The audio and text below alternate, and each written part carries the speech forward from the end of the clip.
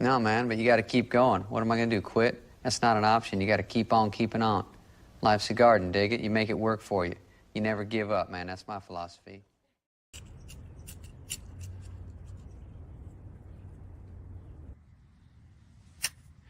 Hey, gardeners.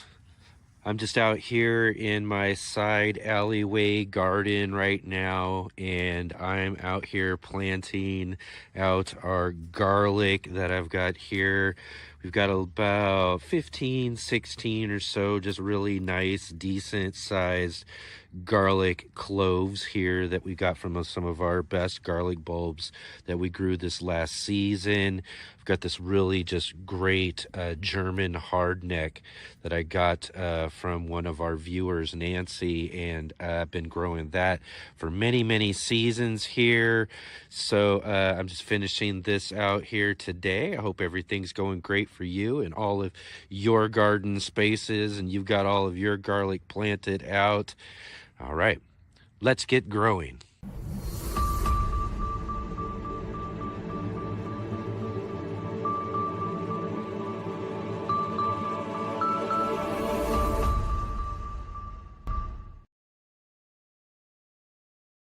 All right, all right, all right. It's Saturday, so that means it's time for the Let's Get Growing show. So, welcome all my passionate plant people and garden enthusiasts to hear the Urban Gardener channel. I'm Enoch. I'm your host today. Thank you for joining me here for Let's Get Growing. Today, we've got a really great show for you today.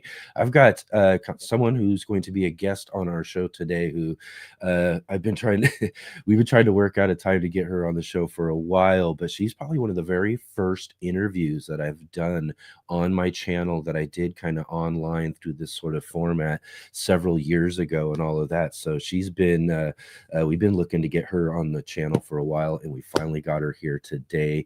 We got our good friend Misilla Dela Llana from the Learn to Grow channel. Misilla is someone I have been following for many, many years. So she's a gardener I've been getting advice from here in the Pacific Northwest for quite a long time. So going to be really great to talk with her here just a little bit later on in the show. So you'll all want to stay tuned for that for sure.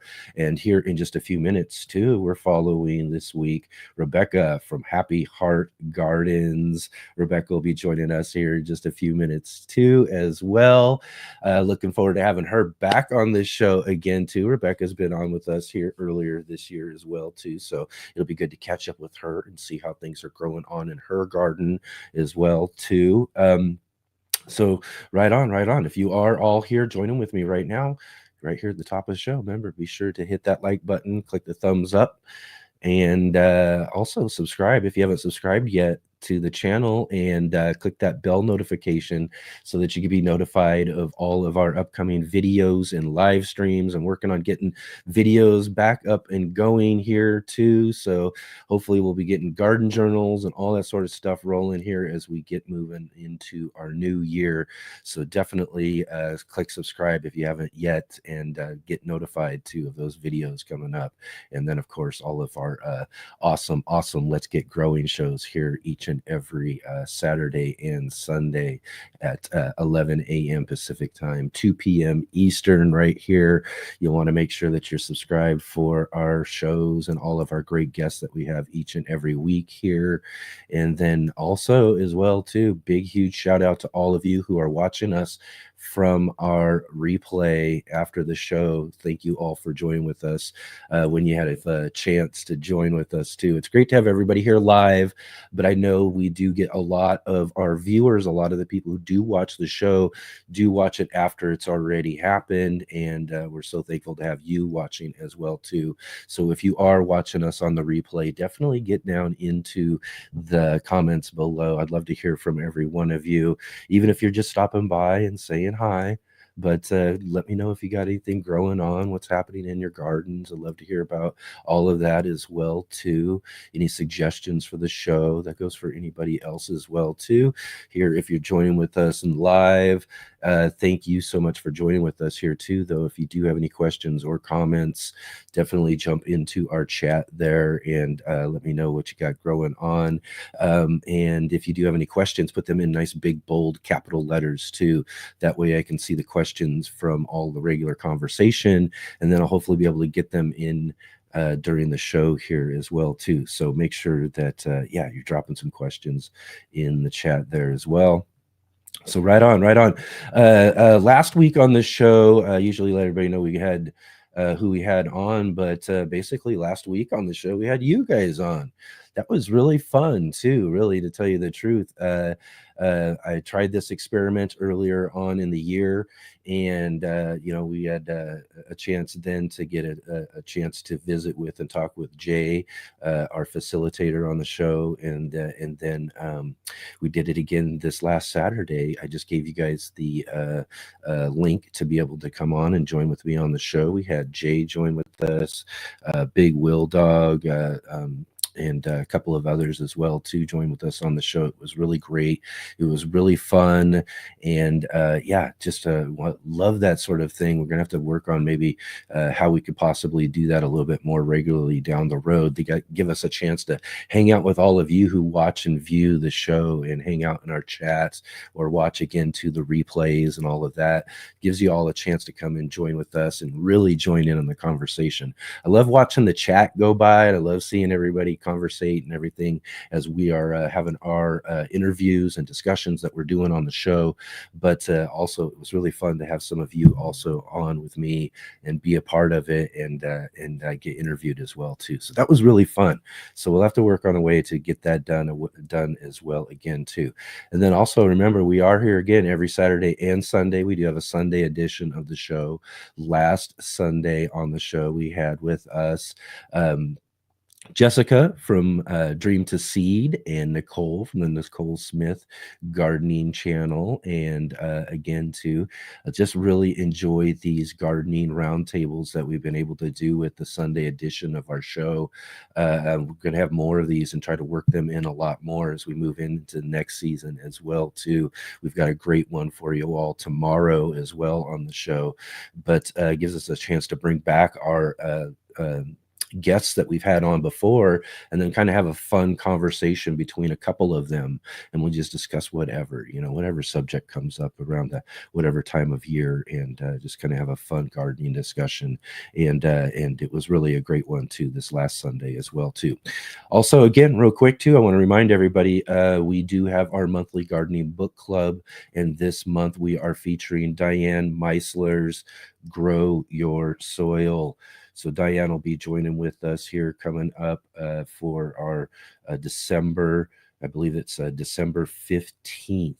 And again, too, that's the one fun thing about our book club that we do for the Let's Get Growing show, is that we get to have our book featured throughout the month. We'll get together on the third Sunday. It's always on the third Sunday of every month, and then and then we'll get to have the discussion about that book with the author, and our good friend Mark Boucher-Colbert also co-hosting that discussion as well too. So that's really been really fun. We talked this last a couple weeks back, talked all about all the previous books, and I think we've done 7 so far, and just really great so far. Been really such a fun part of our Sunday edition experience that we've had this year. So you'll definitely want to join with us coming up to see this discussion with Diane Meisler for her book, Grow Your Soil. So right on, lots growing on and all of that around here.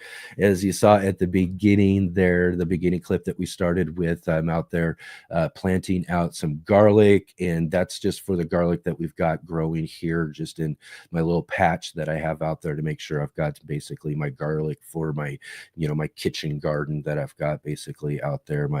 One of my only in-ground kind of spaces that I grow in, but out there making sure we've got our garlic out this last week as well too. We were out over at my friend Mike's, making sure that we got our nice row set up of garlic that we grow over there as well too. So that's where we get our primary crop of garlic from, and then I grow a few heads of garlic as well too here, and making sure those get done and get in the ground before it gets too late. It is starting to get cold here finally. We had basically the death freeze that basically we've been waiting. This should have happened weeks ago is what is. So that's kind of crazy, but it finally did. I went out there yesterday and just saw all of the plants out there were done. So it's time to really clear out the garden, get things covered up. Leaves are pretty much all down now off of all the trees and all of that. So again, too, all this stuff happening kind of really late in the fall season, but yeah, time to tuck some of our garden spaces in, kind of work some of the other ones that will be growing through winter. Like I said, we just got started with garlic and doing that. We'll be looking forward to growing coming up into 2025. It's already, could you believe that? Going to be December here tomorrow. We're already moving towards 2025. It's really unbelievable. But that just means that, again, seed catalogs are showing up in the mail. That means that we're starting to think about all these different garden spaces as we're out there again, fixing up some of our, our raised beds I've got out there. I've got a bunch of other containers, things like that. I'm just kind of getting prepared for the winter time. And then, we'll be thinking about what we're doing and growing for next year. So awesome. Really looking forward to all of that. Looking forward to, lots and lots of things going on. So let's see who we got going on here on the show today. I want to catch up with all of you here watching with us. Definitely right away, we got to make sure we say hi to Jay, joining us from Midwestern Ontario, Canada. Jay Dixon doing our facilitating here in the conversation. Make sure that you're following along with us and jumping into the chat and getting into the conversation as well too. And Jay always drops in some great links, so make sure you're keeping an eye on that throughout our conversation today. Also, we got to say hi to Rick joining us nice and bright and early from Australia, as I like to say. He joins us from the future. Here it is Saturday, and it's Sunday for him, nice and early too, real early, I believe, 4, 5, 6 a.m. there for him. Yeah, but thanks, Rick, for getting up early to hang out with us here. And definitely got to say hi to our other moderator, Adam Burley, joining with us from right down the road in Central Point, Oregon. I'm here in Rogue Valley, Southern Oregon. Adam's just right up the road from me. So great to see you, Adam. Let's see here. We also got Sam joining with us. Awesome to see you, Sam. Thank you for jumping in. Great to have you here. Skippy, awesome. It's good to see you around again, man. Thanks again for jumping in and saying hi and joining us here on the show. And in fact, Adam was mentioning here too. Tony was well done. In fact, I was listening into Tony from Simplified Gardening was on as Nate's first interview guest on his channel, Garden Like a Viking, right before we got started here on our show. So I was listening into that as well. I'm sure a lot of you who are over there as well, watching Nate's interview with Tony, which was really great. It was really fun to see them get together. It was kind of fun to see Nate finally jump in and do some interviewing and bringing on such a great first guest too. Tony is really awesome. In fact, Tony will be on the show next week here as well too. So Tony doing his rounds right now. So we'll get the good fortune of talking with him this next week as well too. So see Jersey Girl here with us. Good to see you, Jersey Girl. Thank you for jumping in. Thanks for saying hi. Let's see here. Rob from Rob's Allotment Gardening here. I see a couple of others here in the conversation as well too. Thank you all so much for being here today. Let's see. Big Will Dog here. Happy belated Thanksgiving. Yeah, it was Thanksgiving this week. I had a great Thanksgiving with my family and my granddaughter and all of that. So we had a really great time. I hope all of you had a really great time. Dusty, thanks for joining in here too as well. Yeah, just a really great Thanksgiving as well too. Good, awesome. So great to see all of you.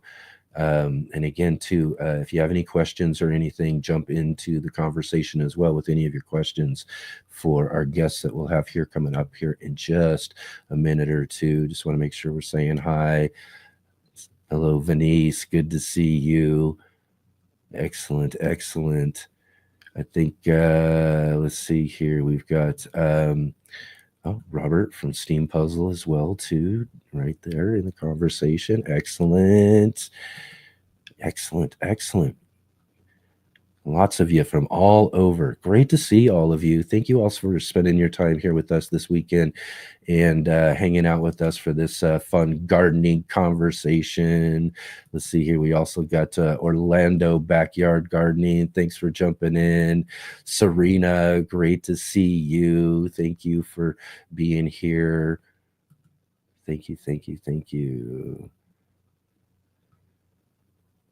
Let's see. Oh, I see here. When getting ready for the cold weather, is it needed to trim the branches down when they lose their leaves? If you're doing some pruning, this is a good time to do some pruning to get some things done. I mean, in my area anyways, might be too cold in some other areas as well. I would definitely check with your local gardening extensions when it comes to pruning for what area in your climate and what is the best time of year for that as well too. I've been getting some things done and finished for myself before winter freezes really get started. So, but yeah, definitely check. And that's one thing I was talking about too this last week is that's your best bet when it comes to any really good advice you want to get. Definitely for your area is find your local gardening extensions, your master gardening programs, and get with them about those sort of things that are really kind of important for for your climate and your area. So yeah, definitely right on. Thanks for jumping in, guys. Let's get moving on here today. And yeah, we'll get going here in just one moment. We'll be right back with our first guest. We have Rebecca here from Happy Heart Gardens. So we'll see you in just a moment.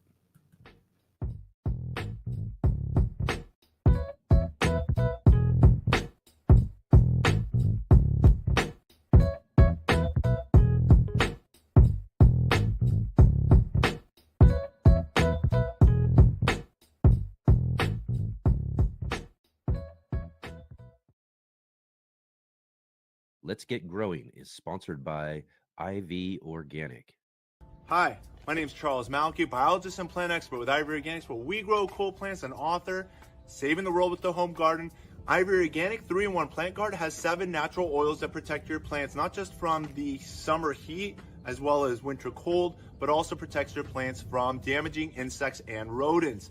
The oils in the product include castor, cinnamon, clove, garlic, peppermint, rosemary, and spearmint. These oils are natural insect and rodent repellent oils, which are encapsulated by the base powder, offering your plants months of protection at a time.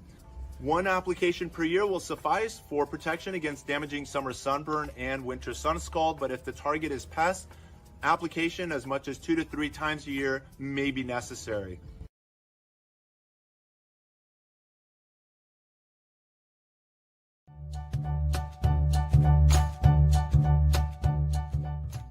Hi everyone, this is Sarah from Sarah's Seed Shop, here with another trivia question.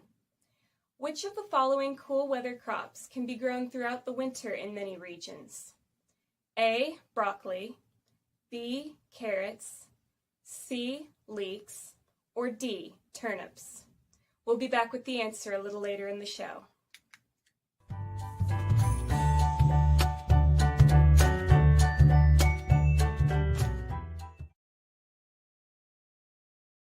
All right, all right, all right. Do you know the answer to Sarah's trivia question? Jump in the chat there, and she'll be back here later here in our next break and get you the answer to that. But I also want to mention too that right now, if you go over to sarahseedshop.com and you use her code Thanksgiving24, she's got a super special at 50 cents per packet for a lot of these really great essential seeds that she has. I mean, she already has a great deal when it comes to her seed shop. Best deal you're going to find online anywhere for essential seeds. You're going to get such a great deal in how many seeds you get as well too. But we're always fortunate each week to have Sarah join with us each week to give us our trivia questions. Let's all go and shop and enjoy her Thanksgiving special there. Use the code Thanksgiving24 there at sarahseedshop.com and go support a great gardener and great seed shop there as well too. And again, too, always such a great deal. We had someone on last week who had just gotten their order from Sarah and showed us all the different seed packets that she had and all the amount of seeds that she had. It was just really, she gives you such a great deal. You won't want to miss out on that, especially 50 cents a seed. And that's going on right now. So make sure you get a hold of that right now. So, all right, everybody, it's time to see who we're following this week. Are you following me? Are you following me, dude?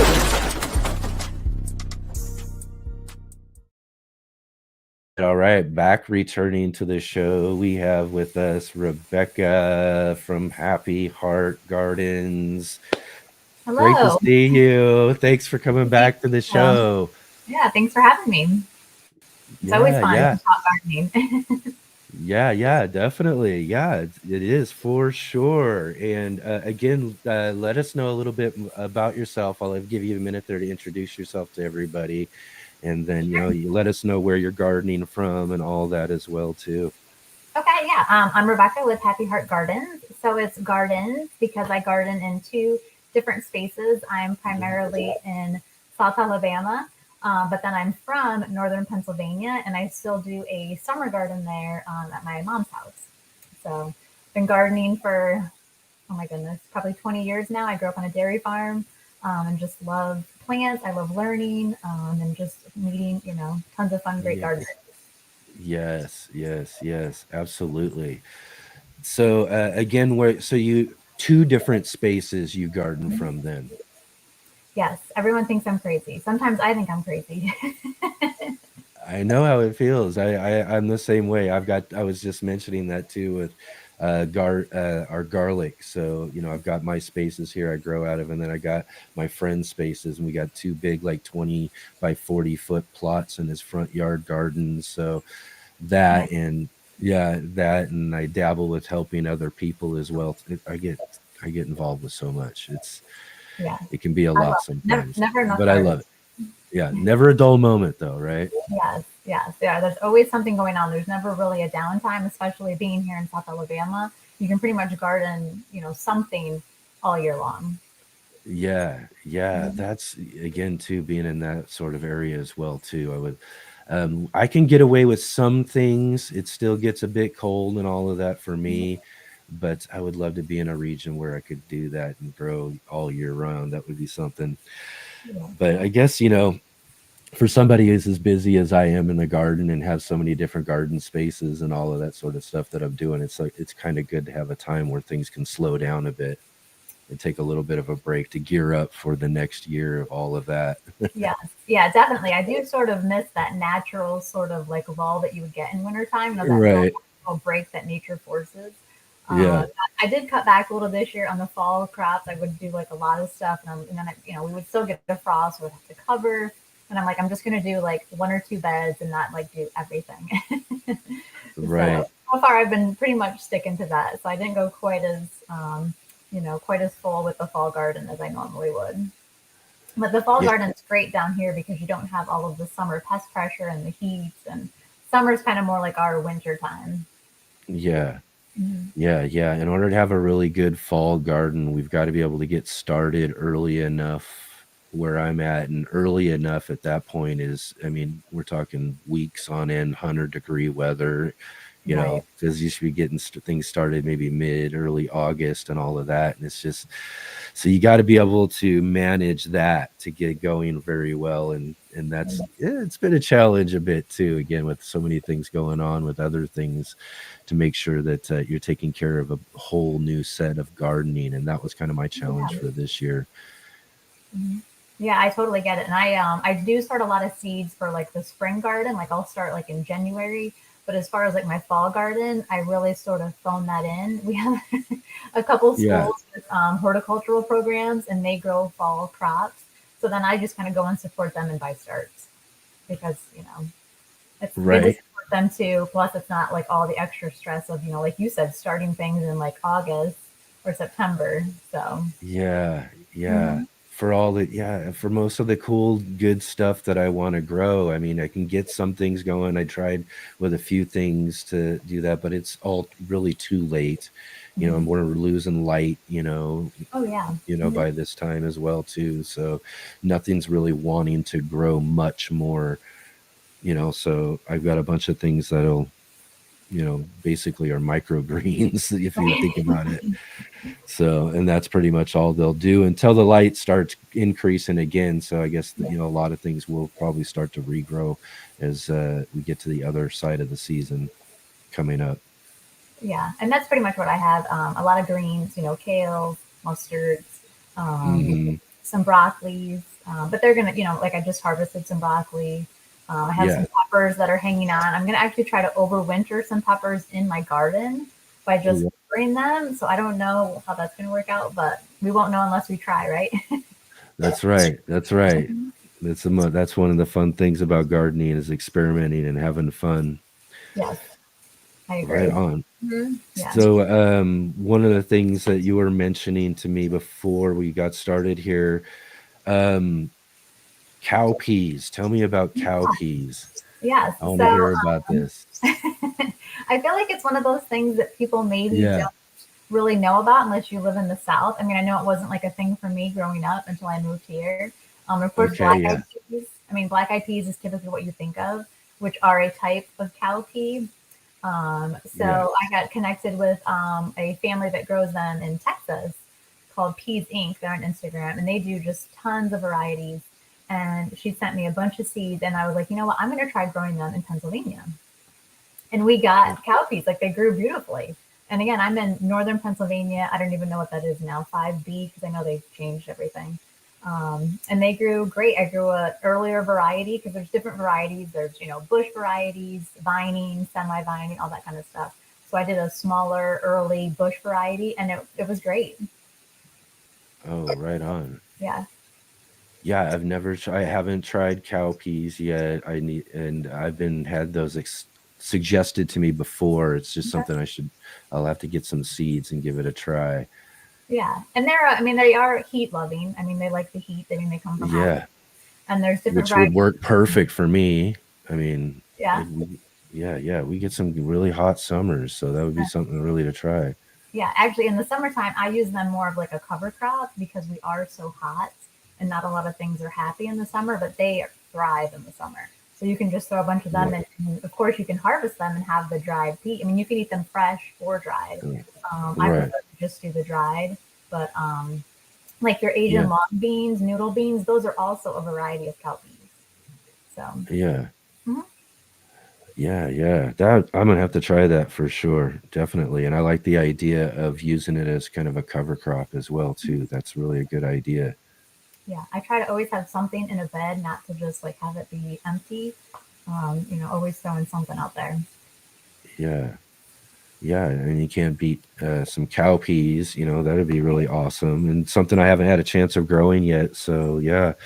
And tell me a little bit about what you do here as well too. You have a peanut grow along. Is that Right. right? Yes. Yeah, So yeah. This is something I have grown before. okay. Like I have just a little bit of experience. Okay. Great. I've grown some peanut plants before as Mhm. well too. So I have grown them. I just haven't grown them much more than maybe like I think I've had 2 plants total. Okay. So But yeah, fun plants, very interesting. I just love the way they grow and all of that. I should probably grow more of them because they did grow very well for me. So, That's great. but yeah, tell me a little bit more about the peanut grow along. Sure. So again, peanuts, something I never thought about growing until I moved here. And we're in a big peanut growing area. They're doing it commercially. So I was like, well, I'm going to grow peanuts. So I Yeah, did it for the first time, I think 5, 6 years ago. I've been here about 10 years. So about 5, 6 years ago, I did a whole 4x8 bed and I got like an amazing harvest and it was just incredible. And then I've done them a little bit along the lines, since through the years on a smaller scale. And yeah, then so everyone's always so curious about them when you grow them because it's something you don't think about growing like in a home garden. So I decided right. this year to do a peanut grow along. So, just encourage people to, grow peanuts along with me. I did like some giveaways, gave away peanut seeds, that type of thing. And we had quite a few people grow peanuts from all over the country, which was exciting, in Florida and California, just all over. Yeah, And it's such a fun crop. I mean, it's a legume, so it can also be a great cover crop, even if you don't want to yeah, like harvest the peanuts. They again are a warm, heat-loving plant. They need a long yeah, growing season, usually about 120 days. yeah. Um, and the big thing with peanuts too is they really need space to spread out. So they're going to form. I'll just real quick explain how peanuts grow in case people don't know. Absolutely. You plant the little peanut seed, and then it will make a plant, and then it will form a flower, and from that flower it will form a peg, which is just like a, I don't know how you would describe it, like a toothpick, I guess. And that toothpick is Hmm. going to shoot out. That peg is going to shoot out into the ground and form your peanut. Because on the end of that peg is your little peanut ovary, essentially, and that Yep. will form the peanut. So you really need space for them to grow out. Like I like to give like about 2 feet, from the plant. Right. That's how you'll get the best harvest and the most peanuts. Yeah. Wow. Yeah. And again, too, it's just so fascinating about how they grow and all of that because you don't expect that and you don't think about that sometimes with some of the things and that we Right. grow and how they grow and how we actually get them Mhm. from plants. And peanuts are really one of those more fascinating ones, I think, too. And it was really fun to watch how that actually works. Like you said, they grow out sideways, basically. Like you said, they can Yeah. make a great cover crop in that sort Mhm. of sense. So Absolutely. they grow, so they're growing out, and then they extend out, and then shoot basically like this, like this rod basically Yeah. down Yeah, into they're pointy. The it, little pegs it are pointy on the end. yeah, Uh-huh. yeah, they're just Yeah. going down until they find the ground, and then go right down in there, and then form Mhm. that peanut down in there. Is so, I don't know, interesting is what It's I would very say. interesting. So Yeah. that's one of And they're the that's one very, of those ones that's so fascinating and yeah. Mhm. fun to grow if you want to really see how interesting plants can be. Yes. Yeah. And they're very shallow. Like it's always surprising when I go to harvest them that they're like just below the surface. I mean, they don't go very far. And the smell of like harvesting fresh peanuts is incredible. It's just like pure Oh, peanut scent. Hmm. yeah, yeah, yeah. That is very true. That is very true. Yeah. Yeah, that's the thing though too is again taken up. I should probably grow this next time, grow more of them and get a good crop of them, which would be nice. I remember, like I said, I only grew the two plants, but only had so many of them. So, but yeah, I've got to try them again and grow them again, and that would be really fun to have a good sized peanut crop and do some peanut roasting or something. That'd Oh be yeah, fun. absolutely. Yeah. And you can, even if you're in cooler climates, I know someone that grows them in Minnesota. You would just need to Yeah, start on, inside. I mean, I did that this year too, just to experiment because I'd never done that.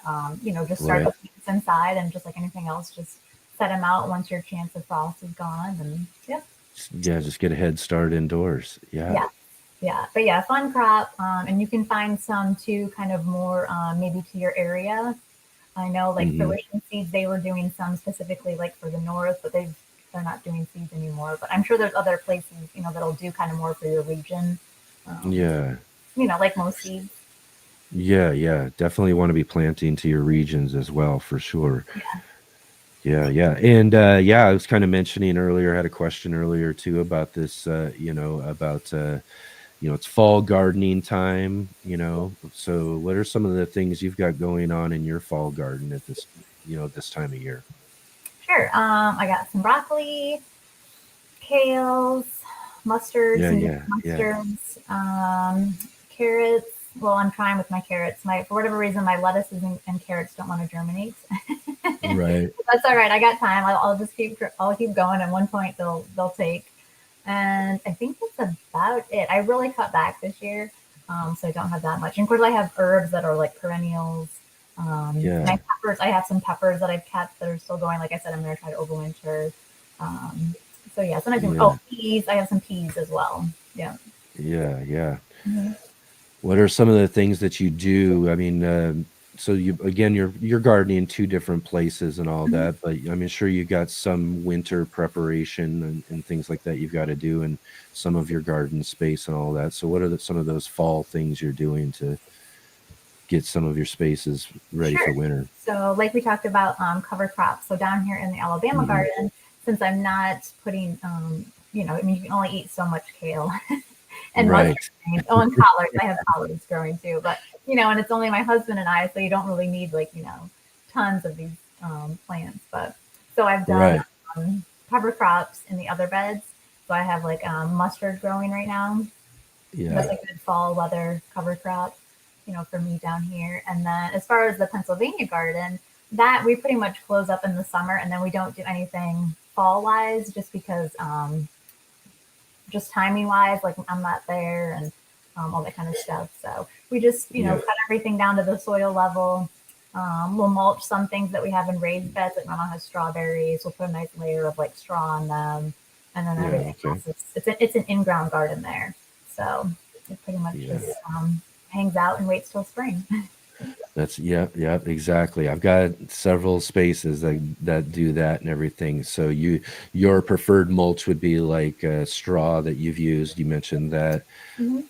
Yeah. I use up home in Pennsylvania. I'll use just regular like wheat straw, and then down here, just like the stuff you get at Tractor Supply in a bag. Mm-hmm. We don't have the farm anymore, unfortunately. It pains me every time I have to buy straw. I know that my dad is like, "What are you doing?" Yeah. But and then down here we use pine straw.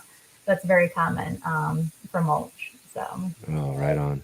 Yeah, I'm Mr. Neighborhood Leaf Guy. Nice. I harvest the leaves from all around the neighborhoods and get enough to tuck in basically whatever I need to cover any spaces I need to for our winter time. And then I also make sure I have enough to get me going through after winter, because all of that'll be broken down by spring. So by the time I'm putting in plants and things like that in the springtime, I've got more of it that I've saved that I can continue to mulch through in spring into the summertime as well too. So so that's why I make sure I collect as much as I can, so I can have plenty to get me through the whole year versus just getting through the wintertime. Yeah, that's great. Yeah, I wish I had more leaves, but we just don't have a lot of deciduous trees here. Right. It's more just, like I said, the pine straw, that kind of, it just rains pine straw. Yeah. I'm pretty lucky. I've got a couple of trees just right out front. They rain down plenty of, would be to get me through the winter time that I would need. But I go down the street and I grab bags from my neighbors' houses and bring them back and mulch them down into, mulch down the leaves and then save those for the next growing season as well too. So I have it for year round. So nice natural mulch. Don't have to worry about going out and purchasing anything. Yeah, but that's wonderful. Yeah, leaves are a great resource if you have access. Mm-hmm. Yeah, exactly. And sometimes you might have to go and snag them up from your neighbors. They're not going to mind. They're just people are going to look at you funny because you walk down the street like I did the other day, and everybody's out doing whatever, and I'm just grabbing a couple of bags and walking back with bags. Oh yeah, that's funny because we actually have an elderly gentleman at the end of my street, and he does his leaves, but he mulches another neighbor, and I'm like, if he ever quits doing that, I'll take the leaves. Right, exactly. Got to get that leaf hookup. Yeah. So one of that question I got earlier too was talking about some pruning and all of that as well too. One of the things you mentioned to me in in our email was blueberry bushes, perennials, and things like that as well too. You how are you managing those as you get into fall? Do you do pruning or these sort of things? And is there a time or anything you're waiting for certain things you would prune? Right. So yeah, I have blueberry bushes. I have dwarf blueberry bushes, and I'm Okay. only in the second year, so I'm not quite to pruning yet. I Okay. think probably next year I'll probably have to start that because I got them pretty small, so they're still Yeah. just kind of building up. But I have transplanted some, which fall is also a great time to transplant perennials. Which that's Right. if you have even perennial flowers. I do a lot of perennial flowers, and I've been adding some more of them. But I also bought from the school sale. Yeah. In the fall, it really just gives them a chance to get really strong roots, before, as opposed to like planting them in the heat of summer. So they can get Yeah. well established. But, and, sometimes I have to prune back some of my perennial flowers. I do all that, in the fall too. And just, some of that stuff really benefits from a good hard pruning because then it'll come back flush. But it just depends on what your specific, flower or shrub is. Yeah. Yeah. Yeah, and then that's when you gotta get specific, and then also kind of specific to your climate as well too, when you're going to be pruning and doing things with certain different things. So, like I mentioned earlier, I always just mention to people, find out who your local extension is, who those master gardeners are around you, so you can get all of that sort of specific stuff, get the right answers to that sort of thing. Oh yeah, 100%. Yeah, Yeah. like you said, Yeah, and because they what are I great do, what resource. works for me might not work for you. Yes, yeah, and they're a great resource. I contact mine lots of times, and they even have like just an email thing. I can just email and be like, "Hey, what do you think about this?" And they'll Hmm. email right back usually. So Yeah, and for all sorts of stuff too. You want to know about something that's affecting a plant, a disease or a pest or something like mhm. that. Just take a little piece of it and go show someone there one of them too. I have one I can just drive up to that's just only about a mile or so away from me, and I can take a little sample over there, and they'll tell me what I'm dealing with and help me find a solution and that sort of stuff too. So That's great, amazing resource. We all got Mhm. one somewhere, hopefully Right? not too far away from us, but Yes. Mhm. something that's local enough to give us some really good advice to help us out in our gardens. Yeah, and And people can always ask me questions. Like on Instagram, that's primarily where I'm at. I love when yeah. people ask me questions. I will try to find you the answer if I don't know the answer. So Hmm. I really encourage questions because I know as a gardener, like even for me, someone that's been gardening a long time, sometimes you just like I think want like a second opinion maybe, or you're like, what the heck is this Yeah. crazy thing? What do you think it is? And Yeah. it's Yeah. we don't always necessarily have friends that are like close or local, and that's why Hmm. really encourage, That's what like I said, people to And ask that's me what makes this questions. whole gardening community thing Yes. so fun, is that we are full of different people who could either help you out in certain Mhm. ways, like for me, and maybe more so, and in certain ways, and you in other ways, and we can share all of that to through what we have, or like you said, make sure that we're getting people pointed in the right direction so that Right. they can get the solutions that they need to handle and take care of the things that are going on in their gardens. So hopefully it isn't too difficult of an endeavor for people, and they continue on with it as they're learning and growing and everything. And I think that's one of the fun things about finding people like yourself on Instagram or other places, YouTube, and just joining in this gardening community and learning from everybody we can. Oh, me And too. 100%. I yeah, mean, I'm still learning stuff all the time and I love it. I mean, that's part of the, yeah.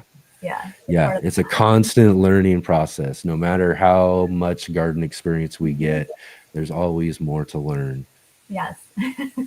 Although it's Yeah. funny, I'm getting into reading a lot of like old timey gardening books, like from the 1830s. I just got a book, Oh, and it's wow. crazy, Yeah. like how much of that stuff. I mean, it's still pretty much what we're doing now. Like it's Yeah. some of the like classic or timeless advice or whatever you want to call it really just hasn't changed. Yeah. We did one of our gardening book clubs a couple months back had um was All the President's Gardens Hmm. by Marta McDowell. So we had Marta McDowell with us to talk about her book, All the President's Gardens. And in this book, it talked a lot about some of these historical books and gardening catalogs and different volumes of books and things like that. And it was just kind of fascinating. I mean, she gave us more of an overview, but it was really fascinating. I'd love to see some of them like you have and all of that, but it's fascinating to kind of look at that historical aspect of gardening and how much it is very similar Yes. to our, you know, our perspectives and how we garden today. Like, and learned through her book that like George Washington would probably, you know, if he was alive today, would probably be a great guest or a person to have, Oh, yeah. you know, because he was just as much of a garden nerd, collecting seed catalogs and, you know, having to take his trips through the local nurseries at different times when different shipments would come in. And, you know, and then it's like, wow, he was a real garden nerd too, you know. So it's really kind of fun to learn about that part of our history and how much, you know, we still kind of can connect with that stuff today and what we do today as well. And just to show too that like it really is ultimately very basic. Like I feel like maybe sometimes we complicate it, but it really isn't. You know what I mean? Like it really is kind of basic when you get right down to the nitty gritty of it. That's right. That's right. That's for sure. Well, right on, Rebecca. Thank you so much again for joining with me again, too. I'm going to have to get you together with someone for one of these garden roundtables that we have sometime and have a nice long discussion with someone about something. I would love that. Let me know. Yeah, we definitely got to do that because I love having you back. Thanks for joining with us and spending your time here today. And everybody out there too, check out the description down below too. There's a link to go check out Rebecca at Happy Heart Gardens and follow along with what she's got growing on. Go find something that she's got posted or something like that and go leave her a comment and let her know that you saw her here on the Let's Get Growing show. And again, thank you so much, Rebecca, for being here with us today. I appreciate it. Absolutely. Have a great day. You too. Bye-bye. Hey gardeners, thanks for tuning in to our show today. We'll be right back at it here in just a moment. I just wanted to take a second here to highlight our regular videos and features here on the Urban Gardener channel. Our weekly garden journals,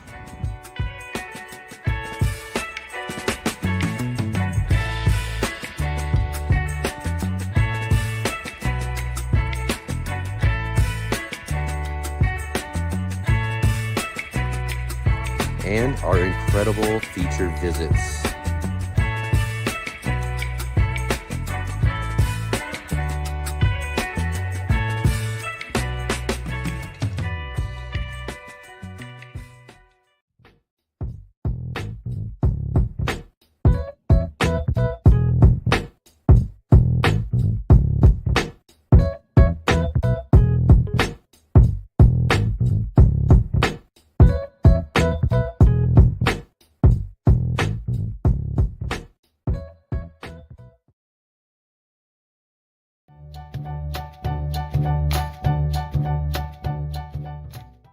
The answer to this week's trivia question is C. Broccoli, carrots, and turnips are all pretty cold hardy, but none of them can survive temperatures as low as leeks can. These amazing alliums can tolerate temperatures as low as 12 degrees Fahrenheit without mulch, and many home gardeners throughout the U.S. have no trouble keeping their leeks alive even during the coldest winter months. Thanks for watching. Head over to Sarah's Seed Shop where you can find garden seeds at unbeatable prices.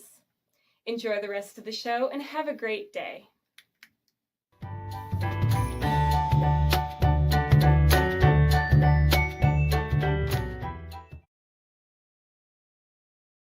Right on. Did you get Sarah's trivia question right this week?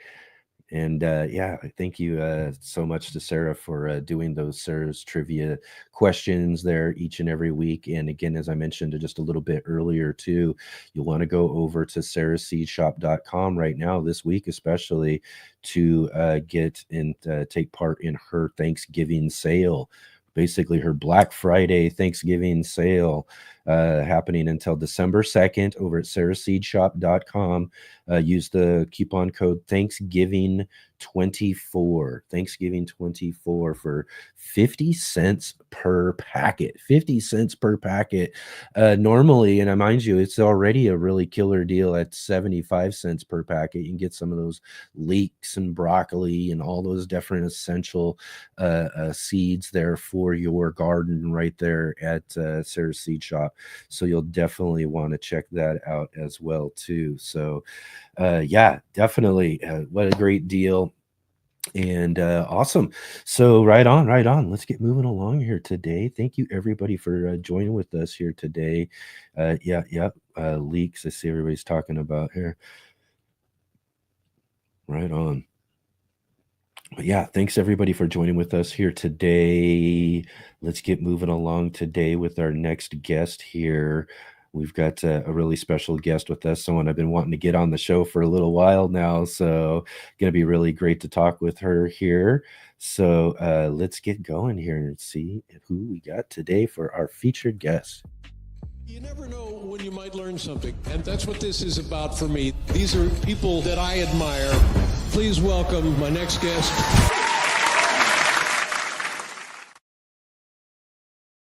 All right. Today's guest joins us here from another one of a Pacific Northwest gardener. So this, when I first started gardening and started wanting to learn about growing, I went right to the best channel I thought would teach me how to grow right here again to where I grow here in the Pacific Northwest. And I found Misilla Dela Llana's channel, Learn to Grow. How are you doing, Misilla? I know Yeah, how are you, Nick? She was drinking. Sorry. Sorry. Can you hear me okay? Yeah. Sounds great. Perfect, actually. Awesome. It's good to see you again. Thanks for having me. Yeah. I was mentioning a bit earlier too in the show today that you were actually one of the first people that I actually got to try to do one of these kind of online interviews, because you remember you did that segment for me on edible flowers a few years back. I can see the That competition that we did. Yeah. How did that go? I wasn't sure if I followed up on Yeah, that. well, the competition didn't end up, that didn't end up working out as we were hoping for, but it was really great in the fact that I did get to, do like I said, that interview with you and a couple of other people too. And those interviews really helped kind of inspire this whole show we've been doing now for the last couple of years now. We're here every Saturday and now Sunday this year. We've been doing the 2 shows this year, getting to talk to all sorts of just great, wonderful gardeners in the gardening community. And it all kind of started, in a way, the thoughts of that started back then when I was getting to talk to you about edible flowers and everything, because I knew that if I was going to do something or get some interviews on some things that I needed to grow, I needed to get one of the best growers in the Pacific Northwest and learn from the best. So I went to Misilla. So perfect. I appreciate that. I'm okay. Thank you. I think you're pretty great. Again, too, like I said, I've been following you for many years, way before I even thought of doing a channel, my early years of growing and gardening and learning to grow, so I've been following you for a long time. So again, thank you for all your years of knowledge. And again, thank you so much for spending your time today and, breaking away today and sharing with us your gardening journey with us. Thank you for your support as well. Well, you betcha. Absolutely. So, again, too, let's just dig into real quick and kind of let everybody know a little bit more about yourself, too, for those of you who don't know Misilla. So tell us just a little bit about yourself and your garden journey. Let's just kind of start, like, where to get started. When did you get started growing? Was this something you grew up doing, or is this something that you found later on? Let us know. Tell me about it. Well, my mom and my auntie are both gardeners, and they grew up in the Philippines. And so I've kind of been in the garden since I was young, since I was little. I remember when I was 10, my mom's tulip garden and daffodils. And I remember weeding and picking clover flowers. And then in so I was inspired by my mom, my auntie, and my uncle. Also, when we were, I think it was middle school, we used to go pick blueberries. My mom would take us to the local blueberry farms during the summertime, and we ended up working there just as a summer job. And so that was a neat experience. And as I got older, I just grew an affinity to plants and gardening. And I had my first balcony garden, I think when I was 21. I'm trying to remember. Grew in containers because I didn't have a yard. Yeah. And that's exactly how I got started too when it came to growing, at least outdoors anyways, was on a balcony on an apartment I lived in. You can definitely start anywhere. I mean, even if you have a small space, you can grow anywhere, indoors and out. So that's how we started, and eventually moved to a condo with my husband, and we still had a small balcony garden. And then finally we ended up in a home with a nice size yard. And so we're able to start our backyard garden then. So yeah, it's kind of fun when you can get to move on to that bigger space, right? I remember when that happened for me, because for me it was really kind of an epiphany in a sense. I'd always been kind of growing something as far as indoor house plants, always kind of had something growing since I was a little kid. But for when it came to like growing food, growing outdoors, that sort of thing, it started all with like a cucumber start someone gave me, and I put it out on the balcony of this apartment I lived in, and it just took over that whole balcony, and it worked. And I ate these cucumbers with my daughter and was like, wow, I can't believe this. So then we tried doing more with the balcony space over that next season. But for me, like you as well, I got to have a bigger space. I just remember that moment when it was like, oh wow, all the things I can do now. Yeah. And it's like I feel like well, my husband thinks like, where are you going to put that plant? I'm like, oh, I'll find a space. I always find We'll tuck it in somewhere. For a new plant or whatever. But so it's neat to, or grateful to have a space that we can use to grow food. And not just that, but also ornamentals as well, or even native plants to benefit the environment and wildlife.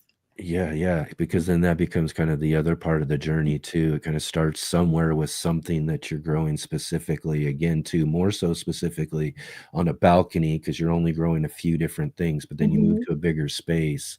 Now, again, you got these other options, tons of flowers out there that we want to grow. You know, there's tons of different, again, like you said, some native plants, because we want to try to do as much native. That's one of my goals this next year. Is working with this local organization to create kind of a native garden in our back space that we have back here. And and so there's all these other things that we can grow too, you know. Absolutely. That really get our gardening enthusiasm pumping. Definitely. And flowers are important to have, because if you want to be able to grow your food, you need some pollinators. Yes. So it's so important to incorporate flowers in the garden, increase your crop yields. Yes, that was one of the things that was a big one for me to learn and figure out too. And because again, I was very specific. I was trying to learn how to grow all these different types of food crops, in different containers, different types of raised beds, different scenarios that we were doing in these small spaces that we have here. And then the discovery of like, well, picking up a flower or two here or there from a nursery or two here or there as I go along, and then finally one year I was like, oh, let's really incorporate flowers. And then after that year, my garden did probably one of the best years I had, because specifically what you were talking about, I introduced all of these other flowers that brought in all these pollinators. I brought in this whole other element to my garden that it hadn't had before, was all of this natural life, which then, like you said, increases yields, because the bees going over here and checking these out are going to go over here and check those out more too. So you brought more into the area, you're going to get more yields. Absolutely. I think we've had better yields with our summer squash when we started incorporating more flowers, and not just bees, but wasps also. Lots of different insects. It's pretty amazing. Yeah. To have them around. Yeah. What is it? Integrated pest management, IPM. integrated pest management, utilizing bugs to take care of bugs in a sense, you know, and bringing in more diversified plants into your garden brings in a diversified amount of bugs, and we're talking about wasps as well, like you Ladybugs mentioned as too. well too, Yeah. you know, and these sort of things that are really essential to keeping down some of the other things that are, you know, causing havoc in our garden. It's all about balance when you have creating that balance. Yeah. beneficial insects as well. It just balances each other, all of it out. So we had a lot of ladybugs this year, and I was so happy about that. I Yeah. think it's mainly due to the yarrow producing really well, lots of flowers, and sweet chervil. That was one of the plants that attracted most of the ladybugs this year. Oh, And wow. also fennel and fennel as well. So those Right two, on. they were covered with ladybugs and ladybug eggs. So that was nice to see because we had some aphids in some of our Yeah. leafy greens. Yeah, hopefully you'll see a bunch of babies this year popping back up again too, and I hope they'll so. have picked your spot as like a good breeding ground for them. Absolutely. Yeah, yeah, it's always good to see them just naturally showing up in your garden, you know, it's not easy, like, a lot of people buy ladybugs, and I don't really recommend that much, but it's hard to keep them in your garden. There's some strategies and things you can try to kinda keep them around and all of Yeah, that, I but heard about that. We did that maybe 10 years ago, but they never stayed. They yeah, that's just the thing, they disappeared. find a way because Yeah, that's just kinda that's what they do, they fly around, they you know, and they figure out their own spaces eventually, you know, and so all you're really doing is just kinda letting them loose to go out and find a probably different home. another a different home, yeah, but, you know, there's and again, they say there's some strategies you can try, I just don't recommend buying them, it's just about really having, like we're talking about, a good garden with good diversity. Lots of Yes, different types of absolutely. crops, different types of flowers, natives, perennials, just lots of different things Yeah, going on. Herb gardens are huge yes, for when it comes to attracting some really good pollinators and yeah, things like that's that into your true. garden. So, you know, that's what's going to really, you know, bring them in. And then when you start to see, like you said, when you start to see them show up, it's really awesome. Yeah, it's it's exciting, and I start filming, and my husband's like watching me. What are you doing? I'm like, well, there's lots of pollinators, and it's it's just neat Yeah. to see them all conquer together and just doing what they do, and Yeah. Yeah. pollinating and In a space that you've created, in a yeah, space that you're managing and everything, and you're getting to see them thrive, and the more they're getting to they thrive, and more of that balance we're bringing to our garden space, the better our plants are doing, the better we thrive, you know, exactly. so we all thrive in that sort of sense, and it all comes from, you know, just kinda doing certain things in our garden that we can to promote that sort of, Mhm. natural diversity. Yeah, as long as we're providing the environment for them, you'll invite wildlife in general. Yeah, And yeah. it's nice to have birds too because they eat the insect pests. Mhm. So Yep, yep. it's all Part part of of part of it. the balance, yeah. Yeah. So I don't I've never really used any form of pesticides. Maybe I have actually I've used organic ones in the past, but ever since we built an ecosystem just for Mhm. all the wildlife around, I think it has balanced itself out. Yeah. But also when you're building your foundation, so obviously the soil has to be healthy to support the plants and keep them Mhm. healthy and flourishing. Once you get there, I think that overall your garden will just, will be healthy in general, and you Yeah. won't need have to have any inputs to try Right. to control insect pests and such.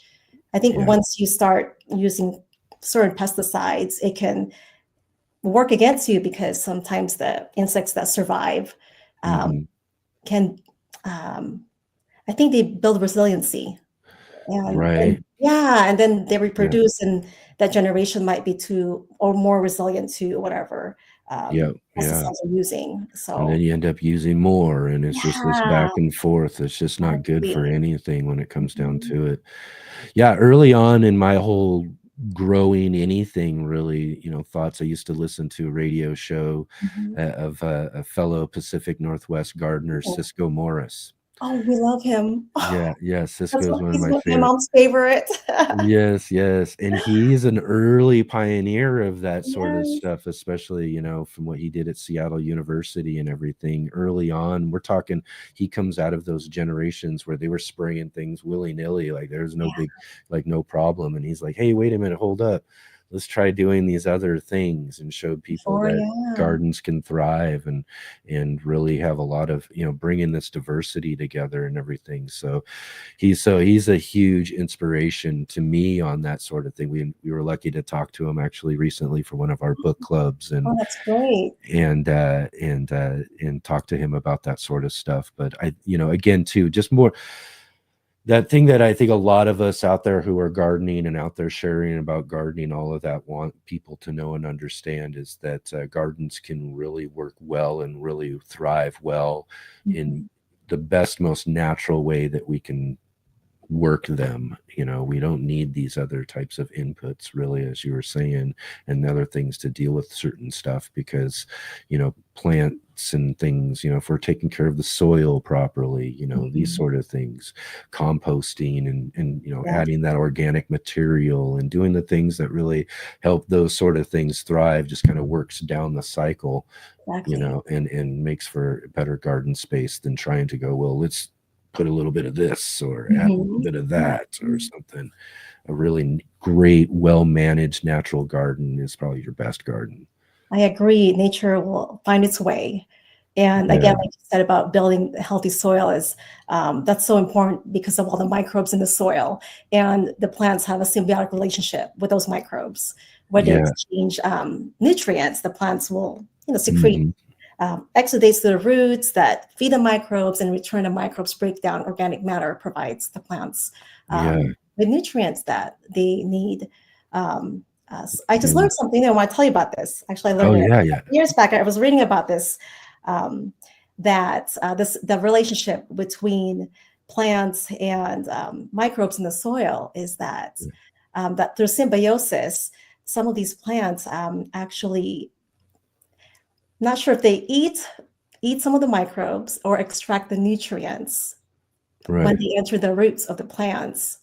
And some of those microbes that survive exits from the roots and back into the soil to rejuvenate, and the cycle starts again. So I think it's called rhizophagy. Yeah. So it's really that's some real good deep root science there for sure. Yeah, so I was reading about that. I think it was Dr. James White was the one that just kind of goes to show you that just how neat and interesting some of these ways that they are transferring that energy between each other, these different things that are going on. And then again too, key to other things as well, it's this whole organismal like structure of life that we're looking for a balance in. So we were just mentioning, above ground with, bees, wasps, all these different other pollinators and different things that are flying around. There's a ton of organisms that create part of that balance down below in the soil as well too, that require kind of, I don't know if they necessarily require some management, in some sense we can help host situations for good soil life versus really putting in inputs and doing things to the soil that cause damage in a sense. So I think doing with you composting or just putting a layer of a mulch, I think that's more than enough, and that will decompose eventually, and the soil will be worked into the soil. I think that's the best practice, is just sticking with the natural methods instead of and creating these organisms that are doing these kind of amazing things down below. Also, the fungi, you need a lot of just all this sort of really good stuff going on. It's like I always love when I see beginning each gardening season, I'm different gardening groups or different things out there in social media, and you start to see the flood of pictures of people, new gardeners who are new to gardening, and they're putting pictures out there of all the little mushrooms, the different things that are growing in their garden. They're like, is this okay? Is this going to ruin my garden and all of that? And they're worried about the little mushrooms. And it's like, no, that's It's a good thing. Yes. That's exactly what you want to see. So it's always fun to tell them, like, yeah, no, that's exactly, you're doing a good job if you see those things. So keep on doing what you're doing, because you got, good soil life happening. I think part of that is maybe when they see a lot of the pathogenic fungi that can infect plant, they probably resort to that. Like, oh, there's a mushroom. I wonder if it's going to create any, havoc to my plants. But you said in reality, it's actually beneficial. It just means that everything's working and there's organic matter in there. And some of these fungi have a symbiotic relationship with trees or plant fruits, so they coexist. Yeah.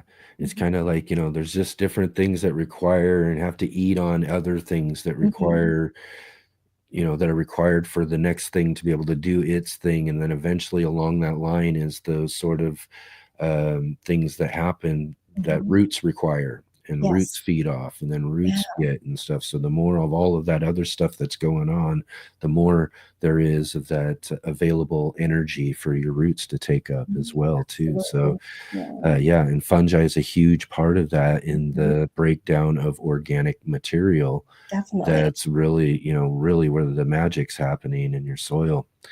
For me, the big thing this last year, which I got to do some more videos and things, I'm looking forward to doing this next year to show people, kind of catch them up with what I learned this year. But I started growing and farming my own worms, just doing my own worms, and just something so basic and simple, something I've been thinking about and seeing videos for years, but I've always been ordering worm castings and buying the worm castings all the time.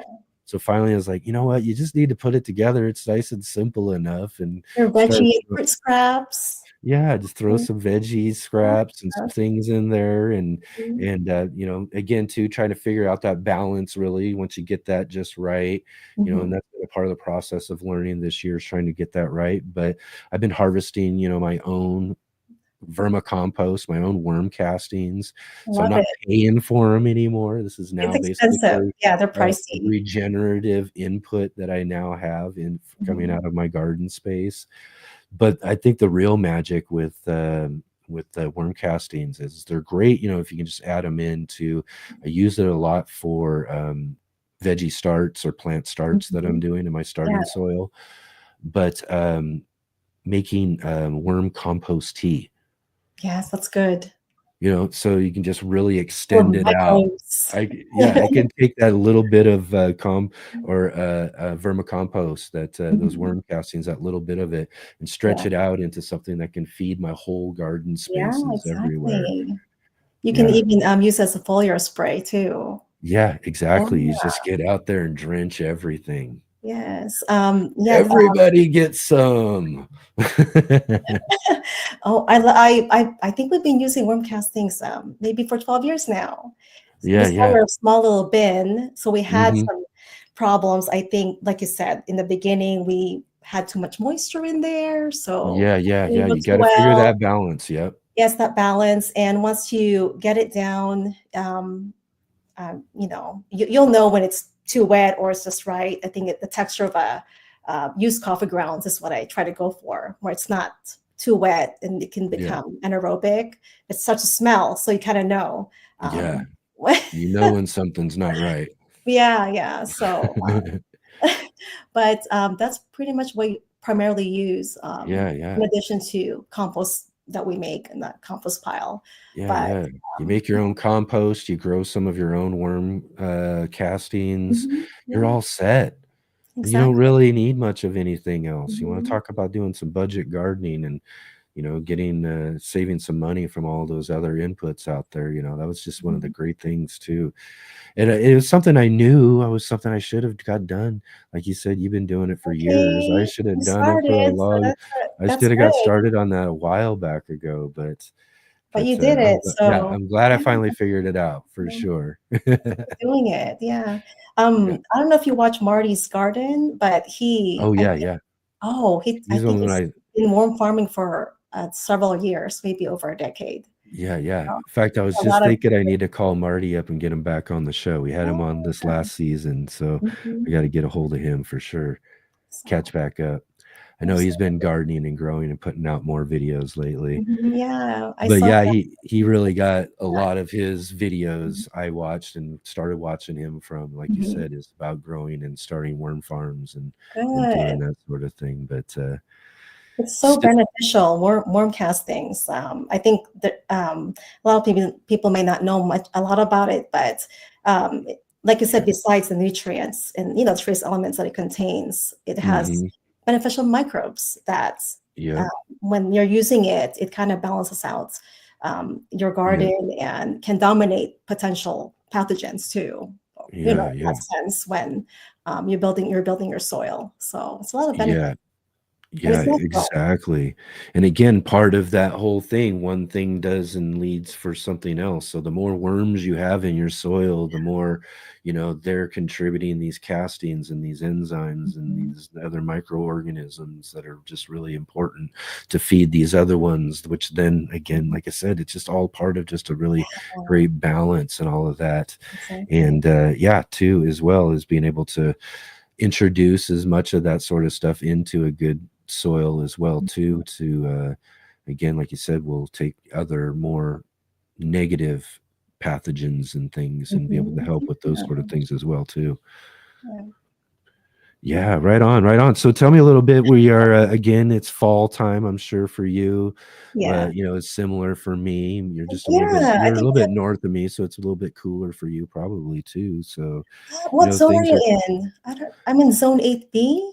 Is yours, yeah, so we're still considered 8B here, You are but I okay. The mean, you're same. all the way up there in Seattle. I'm all the way down here in Rogue Valley, Southern Oregon. So I'm Southern sure there's Oregon. Okay. some latitudinal differences or Yeah, we had something, our but first frost already this morning. Have you had yours? Usually it's um earlier. We had oh we yeah, had it late. yeah, yeah. So mine I would say was either the last night or the night before. Okay. But I did go out to the garden space yesterday and Mhm. looked at everything. And I was mentioning this at the beginning of the show too, is like it's the death frost.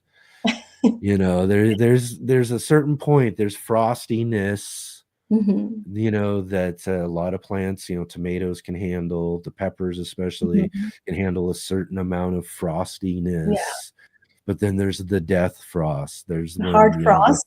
yeah, it's just when you come out to the garden the next day and everything's just done. Everything's You can tell. They're like, no, that was it. That was the one. And yeah, so that happened the night before last or so. So okay. everything else that was trying and I was pushing along because, like you said, it's really late this year. It Really is late. maybe 2, 3 weeks late. Oh Hmm. no, almost a month late. Yeah, For yeah. us. It's Yeah. late. Yeah. And Yeah. even so too, talking about saving up my tree leaves and all of that as well Mhm. too. That's kind of late as well this year. The Yeah. trees had a late start to coloring and dropping their Mhm. leaves. And yeah, that just, again too, just shows you kind of the differences in the seasons that we're dealing with from year to Yeah. year. Luckily though, too, it's a late warmth, but we're getting lots of rain. Lots of rain So here. Yes. yeah. Almost too much. Yeah, yeah. It's I know. typical. Well, that's how it is here in the Pacific Northwest. And Yeah, we're yeah. in the West Coast, That's so why I escaped the Seattle area many years ago. It was too yeah. much rain, just too much rain for me. I mean, we had a drought this summer, but I mean, that's usually we have a pretty typical dry summer, but it's Yeah, extra dry. But this fall, it's been really wet. yeah, yeah. Yeah, it was dry Not up too much. until like a few weeks ago, and just a few weeks ago, it just started pouring and it Mhm. stayed pretty wet for the last few weeks, and we had some really good downpours this last week as well too. So, yeah, well, at least it's getting wet out there. Finally, starting to get cold. So, Yeah. fall is kind of really winding up and getting ready here as we're moving into December towards winter time. Mhm. So, what are some of those things that you've got growing on that you're doing to kind of extend your growing season or move into a winter growing? Because there's a lot of things, again, there's some things we can still do outdoors. Yeah, absolutely. Right. But Especially, then yeah. there's also, we'll move into, and we can talk about a little bit some of the things that we can do indoors as well too. But tell us a little bit about kind of extending our garden season a little bit.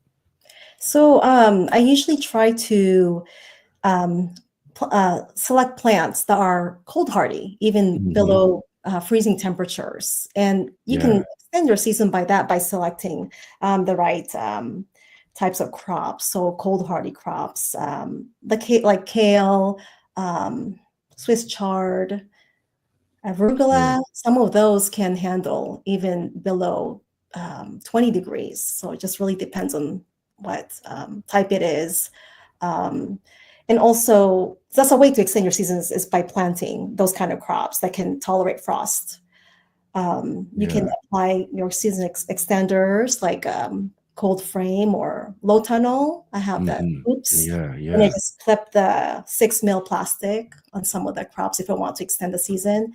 But I didn't do that this year because it's been a challenging season. We've had lots of issues with animals Oh, eating yeah. Yeah. rows and rows of crops because we had, I don't know if I mentioned to you a couple of years ago, but the neighbors sold their properties, the surrounding Oh, properties. And so okay. we started building and cut down all the trees. And Oh, so no. all of the wildlife were displaced and they're coming in Yeah. here now for source of food Right. and Yeah. shelter. Yeah. So we lost a lot of our fall crops that I started in August. Yeah. Um, That can be a problem with growing such a good garden, is that you're growing all this good food for some of these other, yeah, yeah, freeloaders wandering into your garden space, right? but they have to eat too. So Right. I'm like, okay, I'm done. I'm not gonna go into sow any more seeds. We lost, I think, like 30 feet of green beans, bush Yeah. beans that I Yikes. sowed. Yeah, and they Yikes. just ate the tops when they when they sprouted, and yeah, there's a lot of them. They knew when to wait for the right time to get them too, right? Yeah, yeah. I mean, we still have a few lettuces, but the bunnies like that too. The kales, we have perennial kales, so those are Okay. taller. They can't get to that. Yeah. Let's see. They don't like Swiss chard or arugula or even the radishes, so we still have some of those. Right. Yeah. Right.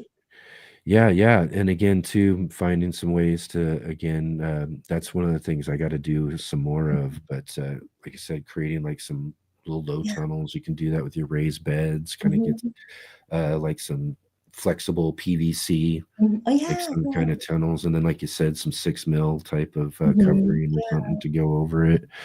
That way, you're just kinda closing them in, creating, like, a little mini greenhouse in a way to. Yes, little microclimate. Yeah, yeah. Yeah, I was thinking about doing that for some of my uh, rooted fig cuttings because some of those are in 1 gallon pots and they're not going to be able to take the winter temperatures here. So I think I'm going to sink them in the ground and maybe even put a little low tunnel over them. So hopefully they'll survive. I lost a lot last year. I didn't really Right. shelter them. So especially with some of the figs they're not as cold hardy or depending on the variety. Yeah, yeah. Let's see. Serena was asking a question. I don't know. Do you Oh, know about any sort of way of dealing with stink bugs? I guess oh, they're attacking and giving her problems with her tomato plants. oh no, we had that issue with our raspberries. They were everywhere. Raspberries. Yeah. Yeah, I try to pick them off. They smell so bad though. Oh, Because yeah. They literally most of are them stink will bugs, secrete, right? yeah, whatever smell they spray or Yeah, to yeah. deter, yeah, predators. Yeah, But yeah, I've yeah. been kind of picking them off because I got frustrated. They were all over the place, and I put them in a Hmm. bucket of water. Yeah, yeah, yeah. The chickens won't eat them. I try to give them to the chickens. They They're won't kind of eat, they picky, won't. maybe because of the stink, the smell. Maybe, huh? Something that um, not even the chickens will eat. Wow. won't eat them. But we had a few spiders. And Okay. I saw that crab spiders were eating some of them. Okay. But other than that, I Yeah, think yeah. they're Not after that fruits that are ripe. When they mhm. when their fruits are ripe, they're naturally they will be attracted to that because maybe they feed on the juices. Yeah, that's So probably maybe I've been picking my tomatoes before they even ripen. try to get them, yeah, just as they're kind of blushing. I think so. It's the best. Yeah, Yeah. trying to bring them in Otherwise, when then. you leave them on, I think the rodents get to them too. So I Yeah, yeah. think It's a good preventive way. maybe is just try to maybe harvest them early. Mhm. Um, I don't know what spray you would use for stink bug. I guess you can Yeah, try diatomaceous earth, DT. try Um, something like that, that'll yeah. dehydrate them, maybe If you're dehydrate looking for them something natural, yeah. naturally. I'm Yeah. just not I wouldn't know of any other way of doing any I try for me, like I said, I'm more of a just kind of a natural Hmm. process, Yeah. so I'm again too, I'll be out there every day just kind of watching and the populations and Mhm. trying to get as many of the adults off of the plants as Yeah. I do the possible same. and Yeah. Your maybe look garden for wall. some eggs, that sort of Hmm. thing if possible, but just Yeah. try to keep the populations of them down the best I can. I Uh, think um, I like that idea. I do the same thing. If I walk by the brassica plants, I see cabbage worms, I mhm. just pick them off right away. Yeah, the Or one that eggs. gave me the Yeah, biggest eggs too. problem this year was the squash bugs. Oh, They get the squash bugs so dang bad, and they get hard to keep up with. If you miss a day or two trying to, okay. get them and take them off, Mhm. man, they'll lay so many more eggs and come back. They're a Oh, we tough. don't have them They're here. a tough one. I wonder, we don't have them here. I've never Yeah, had squash bug problems. Do you think do they come out in the middle of summer or early? Is that yeah. when It's it's the more, rain? yeah, more like when it starts to really warm up is when they start to really Oh, start to populate. Yeah, okay. I was yeah, going to say maybe you can plant your squash a little later if yeah. you have enough time for them to mature from middle of summer to fall, maybe after they're breeding. Yeah, yeah, I don't try know if like a that's a way late to prevent late it. crop, yeah. You think Hey, so? that might be something to think about as well. I might Mhm. have to try that. Like with most of my other squash plants, they're easy enough. I can be Mhm. like right on top of them, and I can like again do the same thing as with the stink bugs and get on there and just kind of Yeah. grab up the adults as I'm seeing them, Mhm. look for whatever eggs possible, do that sort of thing. Where I've had the biggest problem was this pumpkin because the pumpkin grows out and it just gets big Mhm. enough to the point where I can't get into the center of the plant Oh, okay. because I'm not trying to walk or try to get through Yeah. the vines, because I'll kind of wrap the vines around to keep it in a big Mhm. circle, but trying to walk in towards the center, and the squash bugs will work their way from the center of the plant out. Ooh. But luckily enough, with a squash plant or pumpkins in this case, is that Mhm. they're rooting out as the plant's out, That's here. right. So they've got roots, so the They can plant's still got get nutrients. Yeah. pulling energy and it's keeping itself going, Mm. even though the center where the main stem is coming out of the ground Yeah. has been devastated, and you can just Oh, it just so you okay. can't get to it. I can't get to it, so it usually takes Yeah. the big brunt, and they get all the bugs start populating it where I can't get to them, and that sort of thing becomes an issue. So I They gotta grow figure a way to inside. get in there. I gotta figure a way to Mhm. get in there or Yeah. work a way that I can walk my way into that space, and I'll be able to handle them, I think, a little bit better overall, because I Mhm. know because of that, they're getting everywhere else too. Oh, So no. So did that pumpkin survive strategy. after Yeah, that? yeah, yeah, actually Okay. survived, grew well, got a nice big, nice sized pumpkin out of it and all that. And again, too, because it's dropping roots Mhm. Oh, as yeah, that's roots of right. the The vine vines. where it's touching Mhm. the ground, wherever it's touching the ground. So and more so too is it knows that it's struggling from the base vine. Mhm. The plant's probably setting out even more roots to kind of make Yeah. sure Okay. it can keep pulling energy. It Because, knows how to sustain itself. Like, yeah, I have to yeah, survive. What do I do? I gotta put out these roots. yeah, yeah. So it was Yeah. really kind of a cool, like, kind of experiment in that sense was to kind of watch how that process worked for the plant in general to see how it can handle it. And a good sized pumpkin like that can handle Mhm. squash bugs and can handle an Good. infestation and all of that. It's just that they do get everywhere else.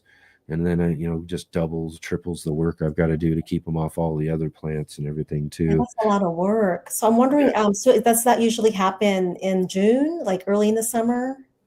The squash bugs when they start to proliferate? Yeah. It's just that they're up underneath them, finding ways to get up and lay their eggs, in the bushes of whatever, and under the leaves that you're not checking, because you might be out there looking and thinking you're checking every one of them, but it's the one you don't check, and then there they are, they get going or whatever. But yeah, again, I find it, that if I can manage the adults early on, then I can keep them back. Most of the plants. That's true. It Yeah. was Prevention more again. difficult Yeah. this last year because I introduced the big squash, big pumpkin again. And all I got to do, though, I think, is this next year is make sure I can access the center part of the plant. Yeah. So that way I can just keep and maintain that. It's just, it was like, I don't want to have to walk in there to get to it just because of the way I big plants. Yeah. laid the vines out. So I just got to lay the vines out just a little bit differently this next year. I wonder if there's part of my strategy anyways. Yeah.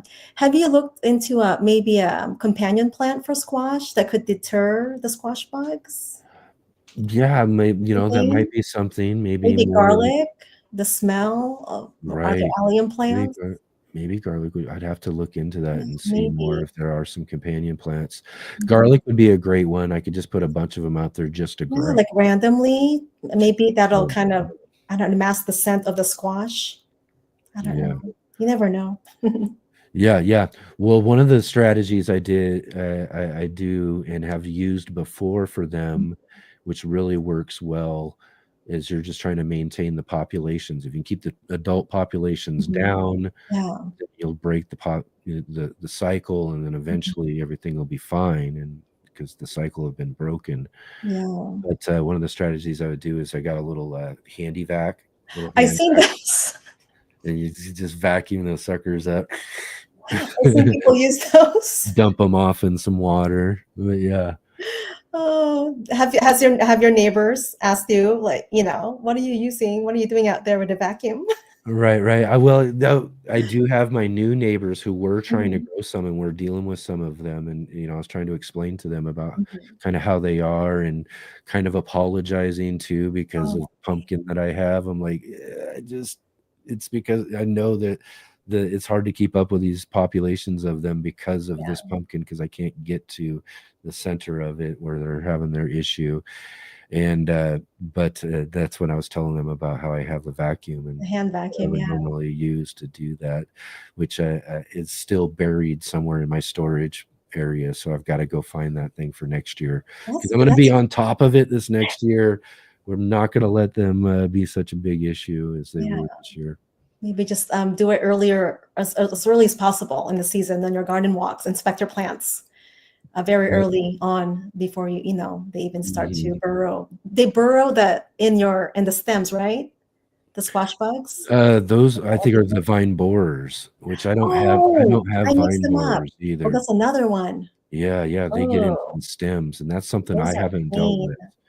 And people who have to deal with those, and that really the only real strategy I've found that people, and it's really kind of it limits you in a way, is finding varieties of things that are resistant to those things, or grow their stems in a certain way that don't allow them to bore in and all that. So that really kind of limits gardeners who live in those regions that have those issues to, what they're able to grow, because unless you're able to strategize, we did have a guest on talked about taking leaves, and I'd have to go back and listen again, and used like medical tape around these leaves, around a base, and tape these leaves. So they can't burrow. So they can't get up and burrow into the. So that's kind of a strategy. Let's see, who was that? That was I can't remember that conversation. I know that was just so many interviews and all of that. I know it was just really recently, one of the last conversations I had, or interviews, we were talking about that. But but there are some strategies. Just there's all sorts of pests, all sorts of things that are out there trying to get our gardens and get our plants and all of that. It One of happens. the You one of can't the control fun things everything. though too about winter time though too is Mhm. that we can bring some of this stuff indoors and grow indoors, and doing microgreens.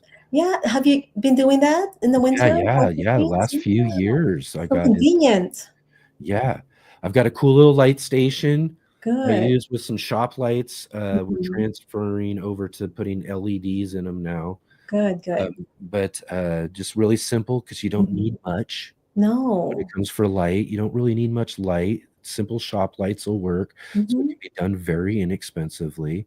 And Yeah. so I got this cool little PVC light station. In fact, I think I'll show everybody this Okay. next week or something as well too so anybody on the channel wondering. But yeah, so I just get them out there. I got all sorts of different types of trays and things that we do and grow all sorts of different microgreens throughout the winter Mhm. time. And then Yeah. here in a few weeks, it'll become my seed starting station for like all the peppers and It'll different go things that so we can get fast. started early with as well. Yeah, sometimes I even put the trays on a south-facing windowsill, Oh and yeah, the you microgreens have can to go there have too. So that. if you don't have grow lights, you can do that Yeah. as well, or below a skylight. Yeah, Yeah, yeah, and so then we don't that's need that one of much the reasons why I lighting. have to have this is I don't have that kind of south-facing window, Oh, gotcha. unfortunately. So I'm Mhm. one of those people who doesn't have that luck in a sense to be able to do that. But yeah, You if you can do do it. have that kind of windowsill or something, Mhm. yeah, it'll You work can grow just them as right fine with that there. as Yeah. well.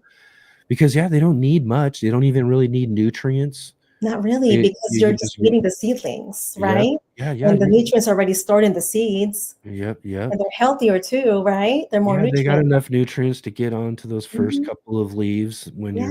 when you're starting to harvest them at that point, and it doesn't take much light to grow them to that as well too. So they're just such a simple, easy way to kind of garden Mhm. indoors during the wintertime. Absolutely. Yeah, and And anyone can do it. If yeah, you're yeah. a new gardener, I think it's one of the easier ways to grow food if you want to start there and Hmm. start indoors.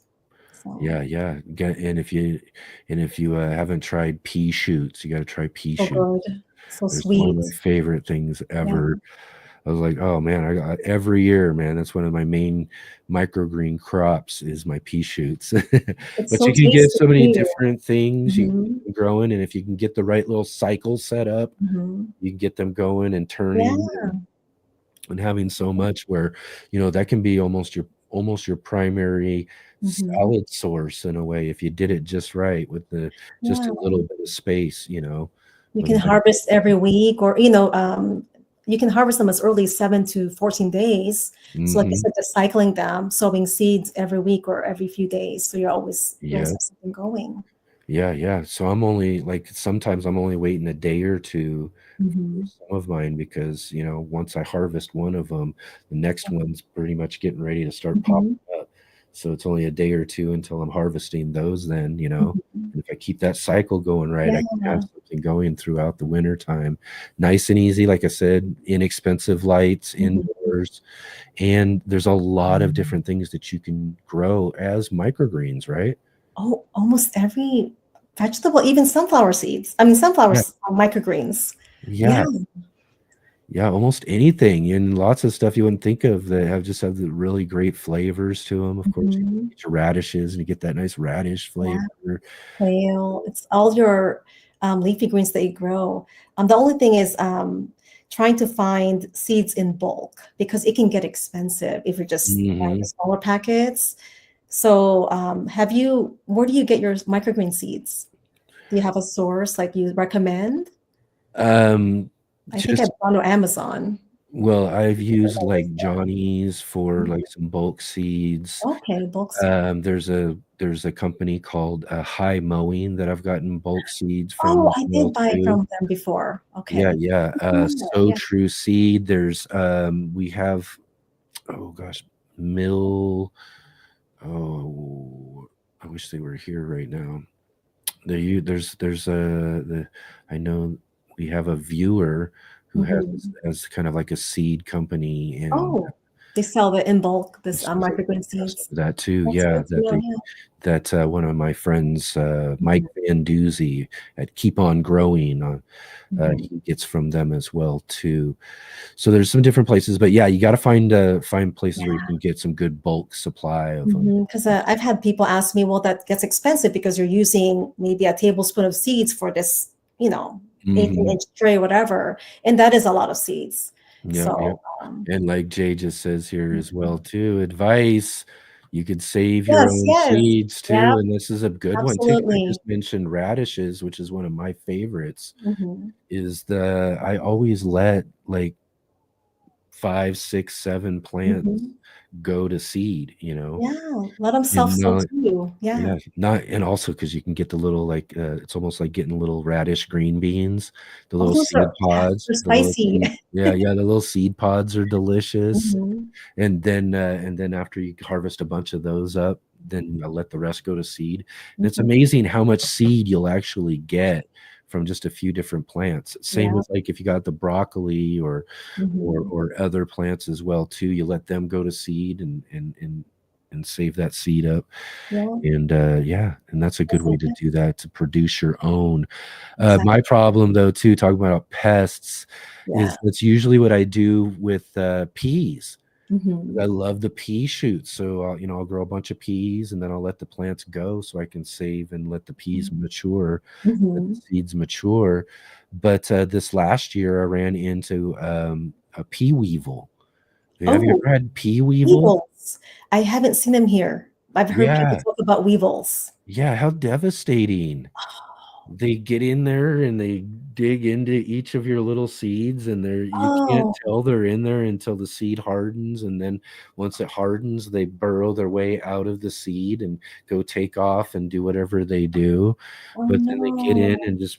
and you can't, seeds won't grow. They basically kill the seed off. And So you lost your yeah, peas to that this year? yeah, all my pea seed. Yeah. Yikes. Yeah, What I've a had bummer. more issues with pests. I think it's also because it's been warmer. Yeah, yeah. So I was gonna be reaching out to some place, get me some more pea seed as well too. Yeah, that's too 'Cause bad. yeah, it Yeah. is too bad because it's again like Jay was saying, it's so easy and such a good way to get some microgreen seeds for yourself Yeah. is to, because again too, like I said, it's amazing how much seed some plants will produce. Oh, If you even just the let a kale couple plant, of it's them. huge. They get Yeah, to like yeah. 6 feet tall.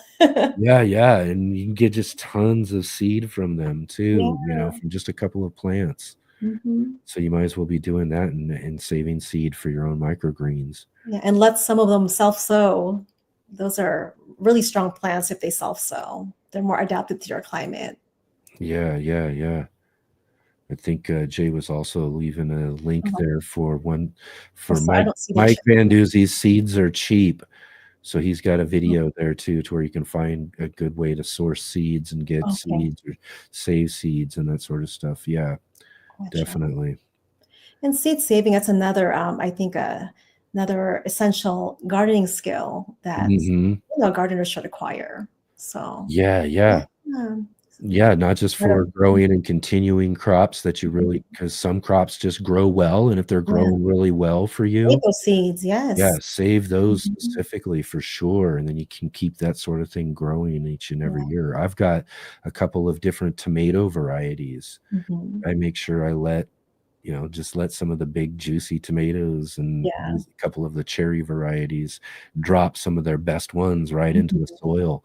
And I Yeah. just let that whole process, I'll put a little more new compost on in the spring Mhm. And and they all pop that, up.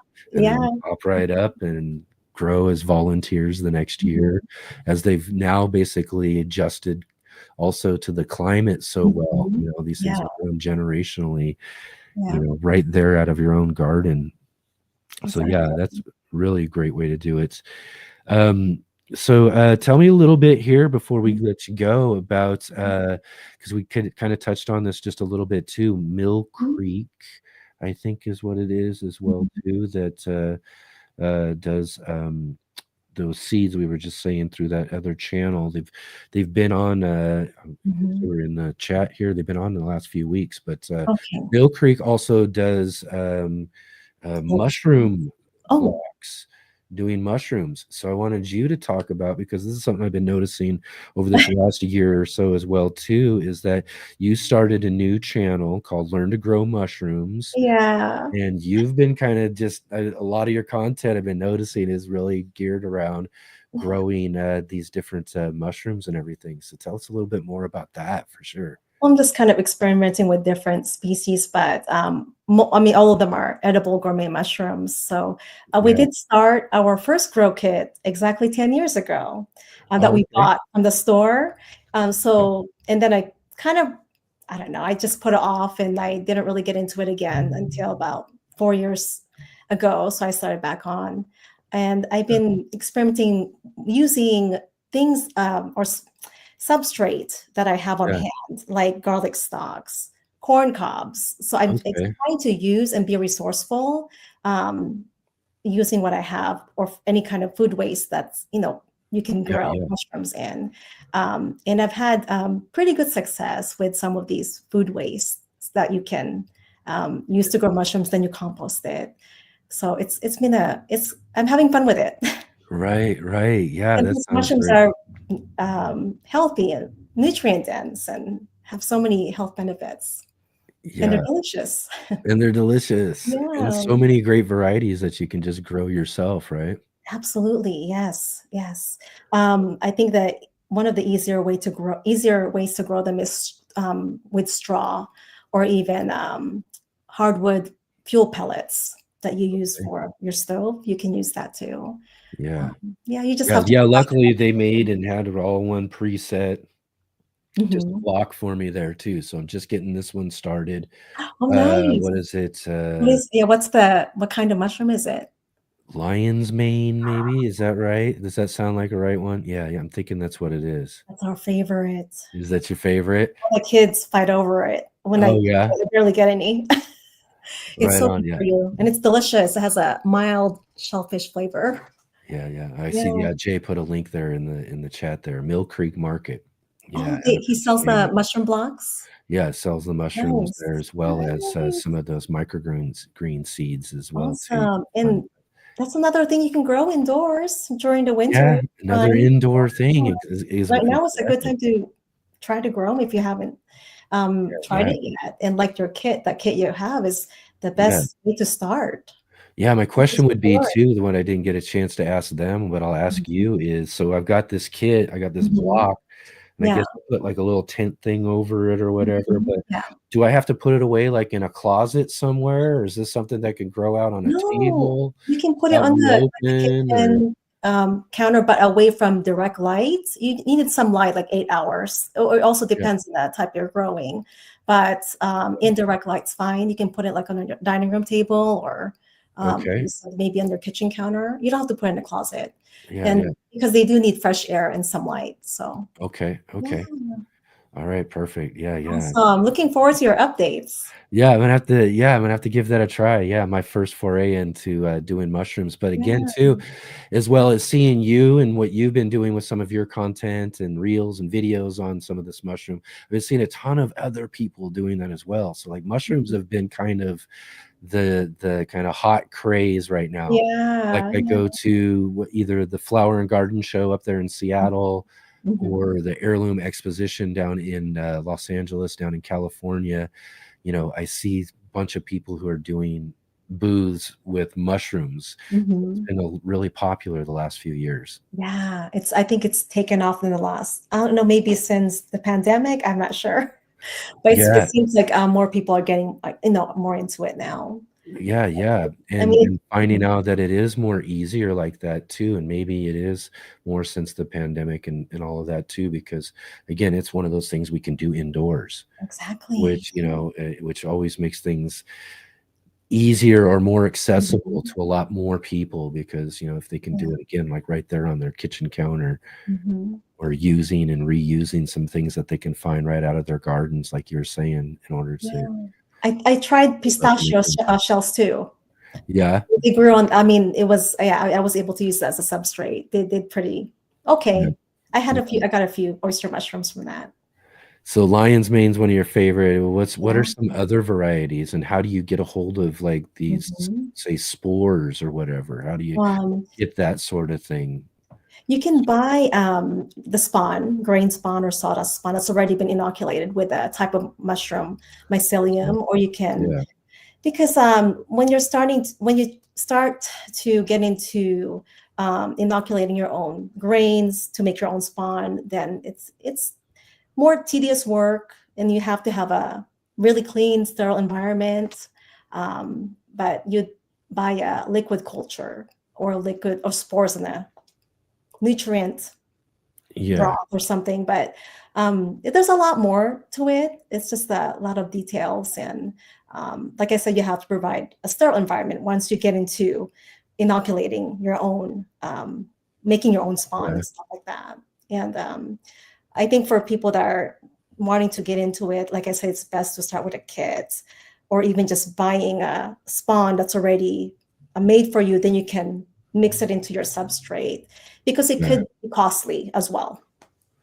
Oh, yeah. You start small, like what you're doing, and then you can expand later. And as you got to learn all the different methods and techniques. But I think it's just something that people should start small because once you expand, you're gonna have to buy different things and equipments that you need.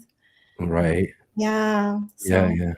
So yeah, so that's great. That's really fun. So a whole nother channel for you as well too then, right? yeah, it started. I mean, I just started it like a month Ye ago. Oh, yeah, yeah, But we'll yeah. see. We'll see what happens. I guess I have to stick with it. That's right, But that's it's right. fun. It's fun.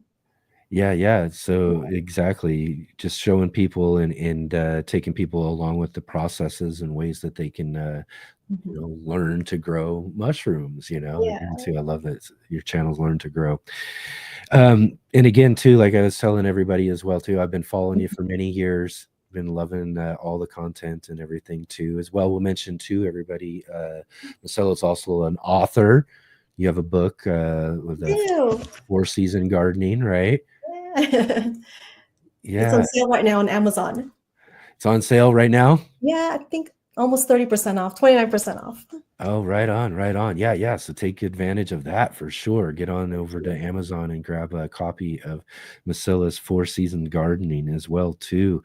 So yeah, author, making videos, the Learn to Grow channel and Learn to Grow mushrooms, all of that. You're doing so much great stuff.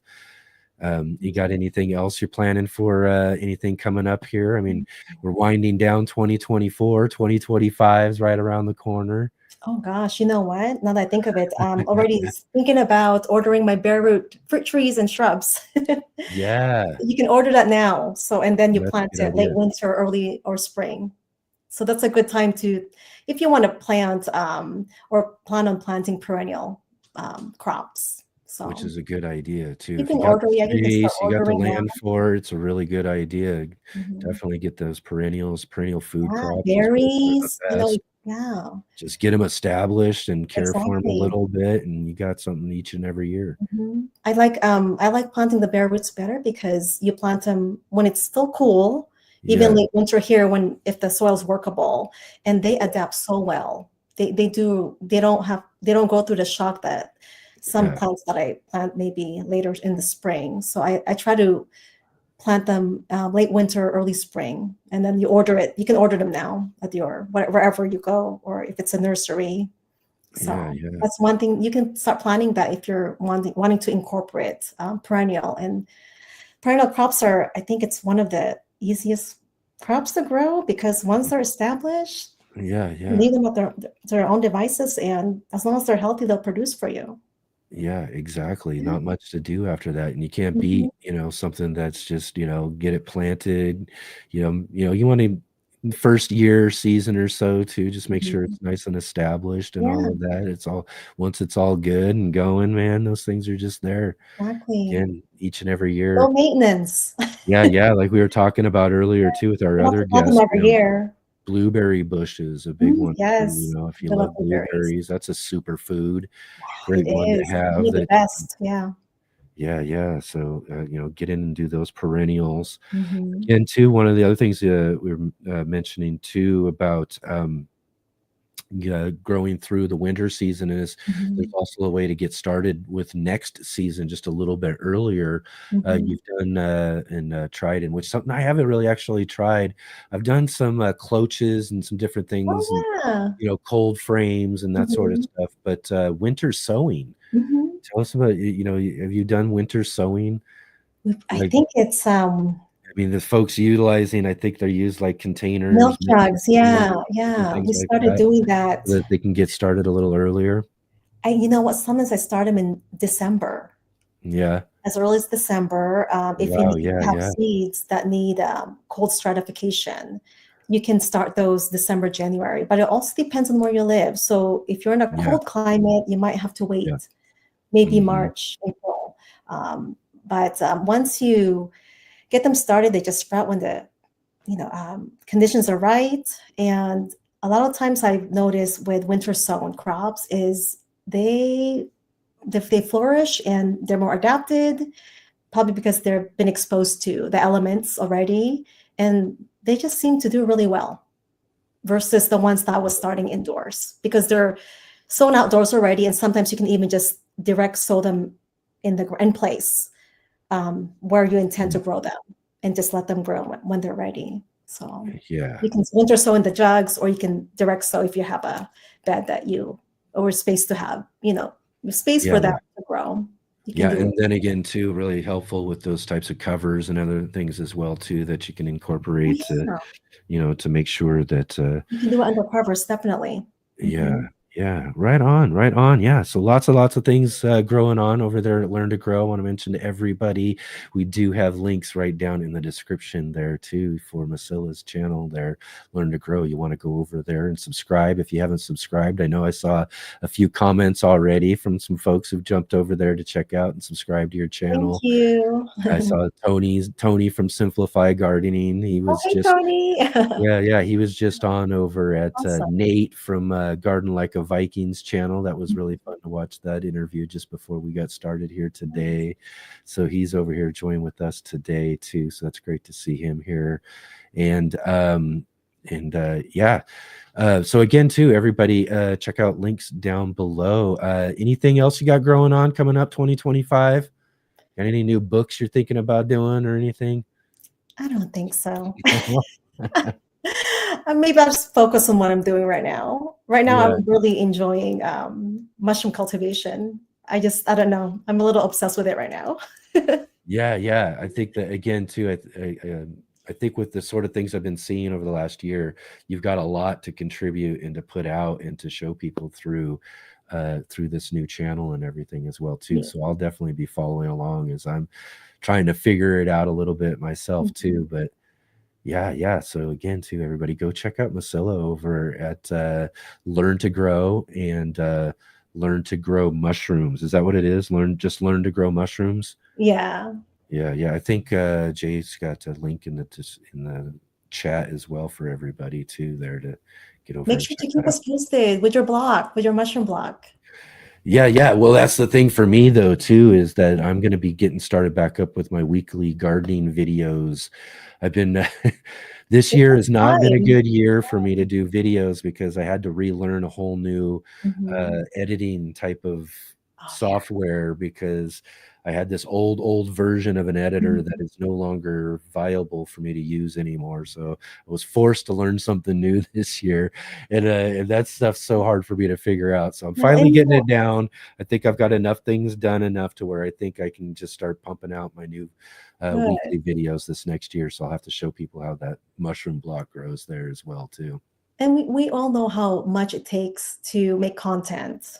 Oh We know how yes. it is. You're the Mhm. writer, producer, videographer, editor. The everything, right? It's a lot of work. Yeah, unless you'll want to hire someone, but I don't have a budget Yeah. Who can do that, right? for So I'm always jealous of the teams out there. You see like these couples or people that. who've got few friends and people who can help them do and manage all that sort of Yeah, stuff. I'm like, oh, if collaboration. only I could. That's okay. You're original, you do your thing, and you should be proud. That's right. That's right. We'll do what we need to do. I'll Exactly. get what I need to get figured out. Like I told Mhm. everybody, I got this program down. I think it's pretty much go time. So perfect timing for 2025. We'll have some new content, new videos coming out for us here. And we'll be looking forward to all the things that you have growing on as well, too, Misilla. And again, too, really awesome to finally get you here on the show. I appreciate it. Thank you so much for having me. Finally able to find a good date and finally get you nailed down to the chair. Yay. Have a fun conversation with you, because again, it's just one of my favorite people, one of my favorite gardeners that I got to learn gardening and growing from early on in my growing journey. So it's always great to have folks like yourself that I learned so much from on the show here with so everybody else can learn as well too. Thank you so much, and I appreciate it. You got it. You got it. Again, too. Thanks again. And hopefully we'll see you again here real soon. Likewise. Thanks, everyone. You bet. Take care.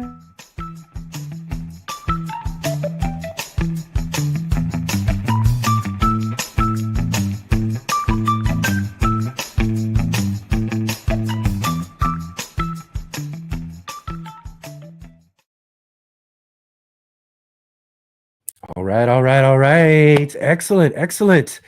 Another great show today. How about that? What an awesome conversation. A little bit earlier with Rebecca from at Happy Heart Gardens. Awesome to have her back on the show. Really great, again, to get people who've been on before and get to catch up with them and see how things have been growing on for her for this season. And again, too, like I said, as well, Misilla, who we just saw here on the show. Go and check out the description down below for each of their channels and go over there. Please do me this favor. I love it when you guys do this. It's so really awesome to spread the love to everybody out there. But go over there and check out Rebecca's channel. Check out what she's got growing on, and maybe go leave a comment in one of her recent videos, posts, or something like that. Same with Misilla too. Go leave a comment. Let them know that you saw them here on the Let's Get Growing show. And again, to just spread the love, show some support here through our channel here on Let's Get Growing.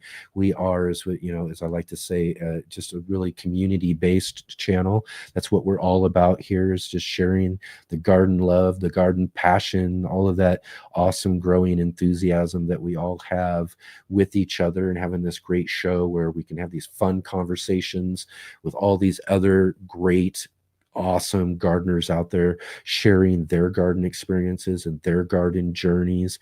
I mean, look how awesome and fortunate we've been here this year, especially in 2024, but last year as well in 2023, just getting started. We've been so fortunate to have some of the top garden contributors in the gardening community here on our show. We've been so fortunate here on the Let's Get Growing show. So let's make sure that we're spreading that love out to everybody out there, and just show what this garden community is all about with each other, and sharing with each other as well too. Awesome.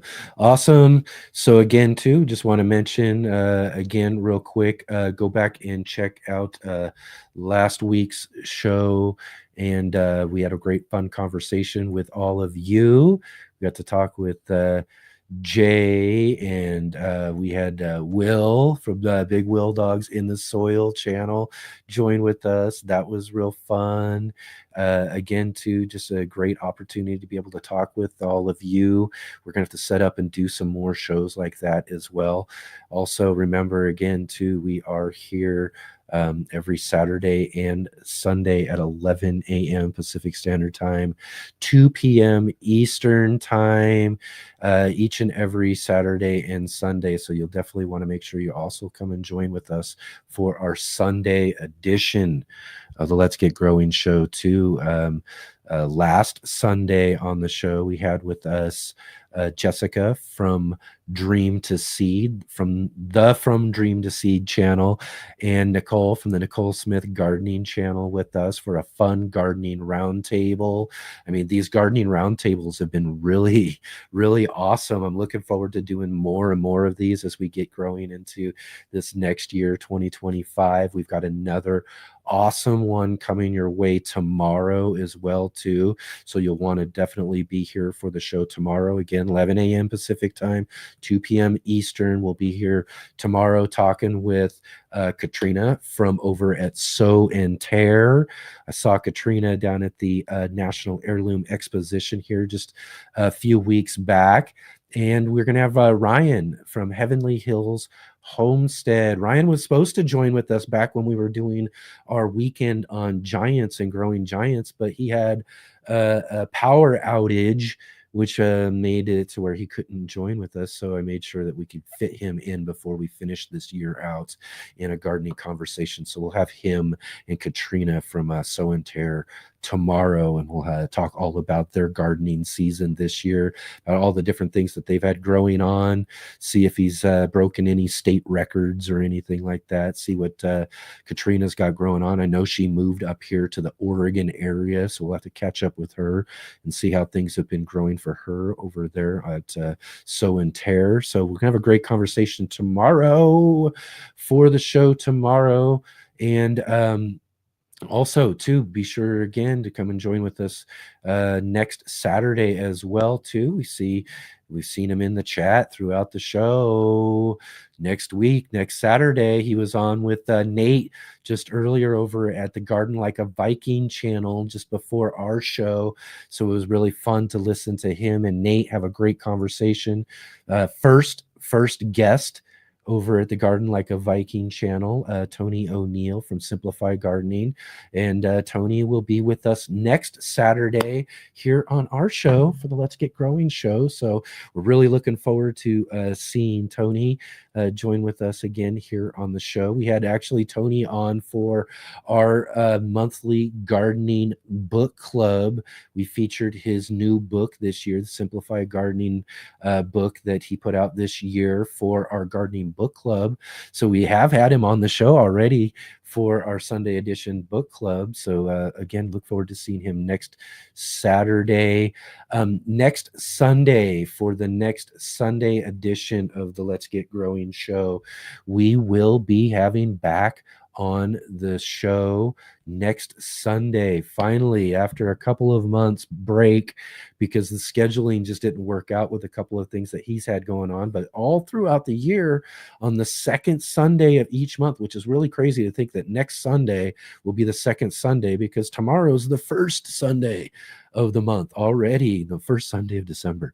So next Sunday is the second Sunday of the month, and we'll be having with us Gardener Scott from the Gardener Scott channel. Scott Wilson, Master Gardener, join with us to answer all of your gardening questions. So Serena, I hope to see you there. You always have some really great general gardening questions that will be great to ask Scott next Sunday on the show. So it'll be great to catch up with him, see what's been growing on in his garden over the last few months, because we haven't been able to talk with him. It's just been really great throughout the year too, to kind of catch up with him each and every month and to kind of see how things have been growing along in his garden. So again, it'll be fun to get back together with him again here this next Sunday as well too. So again, lots and lots of fun things growing on as we're moving along and winding down our growing season for the year. I will just kind of let everybody know again, we will be having Tony on next week. We've got Tony on next week. We've got Gardener Scott on for next Sunday. The Sunday after next, or the Saturday after next, though, too, we're just going to be doing kind of an end of the year show. I think what we're going to do is invite Charles from Ivy Organic on. We'll see maybe if we can get Sarah to come on for a few minutes. We'll just kind of do an end of the year kind of holiday show, hang out with you guys, kind of talk about some things, talk about this year, the different shows and all that sort of, just kind of a year in review, look forward to next year. And then that Sunday will be our third Sunday of the month. And for the third Sunday of the month, we'll be doing our monthly gardening book club. And that is going to be with Diane Meisler. I mentioned this just a little bit earlier in the show too. Again, her book, Grow Your Soil. So we're featuring her book, Grow Your Soil, this month. And she'll basically be our last guest of 2024. We'll finish up with our gardening book club that Sunday, and then we're going to take a couple of weeks off. And I know, as most of you are probably thinking, that usually I'll come on anyways on these weeks off that we don't have guests and all of that. But no, I am genuinely going to take a couple of weeks off. I've been here in this chair practically every Saturday, every Sunday throughout this year, whether we've had guests or not. I think there was like one or two. We had a power outage. We had a couple of other, I think maybe a couple of other times, maybe. But I've been here every week. I'm going to take a couple of weeks off for a winter break, and then we'll be right back at it, though, too. I've got some new guests that we're lining up, getting set up for 2025. We're going to be right back at it. So it's not going to be like last year where I took a couple of months off. We're just going to take a couple of weeks off this year, and then we're going to be right back at it for our 2025 growing season right here on the Let's Get Growing show. So yeah, lots and lots of great stuff growing on here. So before we leave, before we take off, definitely, if you haven't yet, click that like button, hit the thumbs up, hit the subscribe button if you haven't yet already. Like I said, I'm going to get some back on track with our weekly garden journals, and I've got some other things that hopefully I'll be able to catch up on through some of these days off that I'm going to have, and then we'll start getting some videos published on the channel as well too. So subscribe, hit the bell notification so you can be notified of some of those upcoming videos and some more of our live streams right here on the Let's Get Growing show every Saturday and Sunday. Share with all of your garden friends and all of that. Make sure you're checking out all the links that we have down below. And yeah, go check us out, whether it's on Instagram and those other places too. And I guess I'll mention this as well too. You can go and check out our Urban Gardener community over at our Urban Gardener Facebook group. It's a great place for you to continue the conversation and share with me some of your pictures, videos, and content that you might have from your channels, even if you have channels, or just different things that you got growing on in the garden that you might like to share. I love to see what you all have growing on. This group is a great place to do that. And like I said, in the descriptions down below, there's links to that group. There's links to our Instagram and things like that, because I'm going to start getting more back on track with all of that. That's my goal in 2025. We'll talk a little bit more about that as we get moving on here, as we get towards that end of the year show and all that sort of stuff, that we're going to be doing hopefully a lot more when it comes to some of the other social media, some of the other things that we've got here for the Let's Get Growing show and the Urban Gardener channel. So lots and lots more to go, lots and lots more to look forward to when it comes to 2025. I look forward to seeing all of you, not just in 2025, but this coming tomorrow. Like I said, tomorrow we've got a great roundtable with Sow and Tear in Heavenly Hills Homestead. So you'll definitely want to be sure that you're joining with us for this fun conversation on our Sunday show tomorrow. And I'll see all of you then.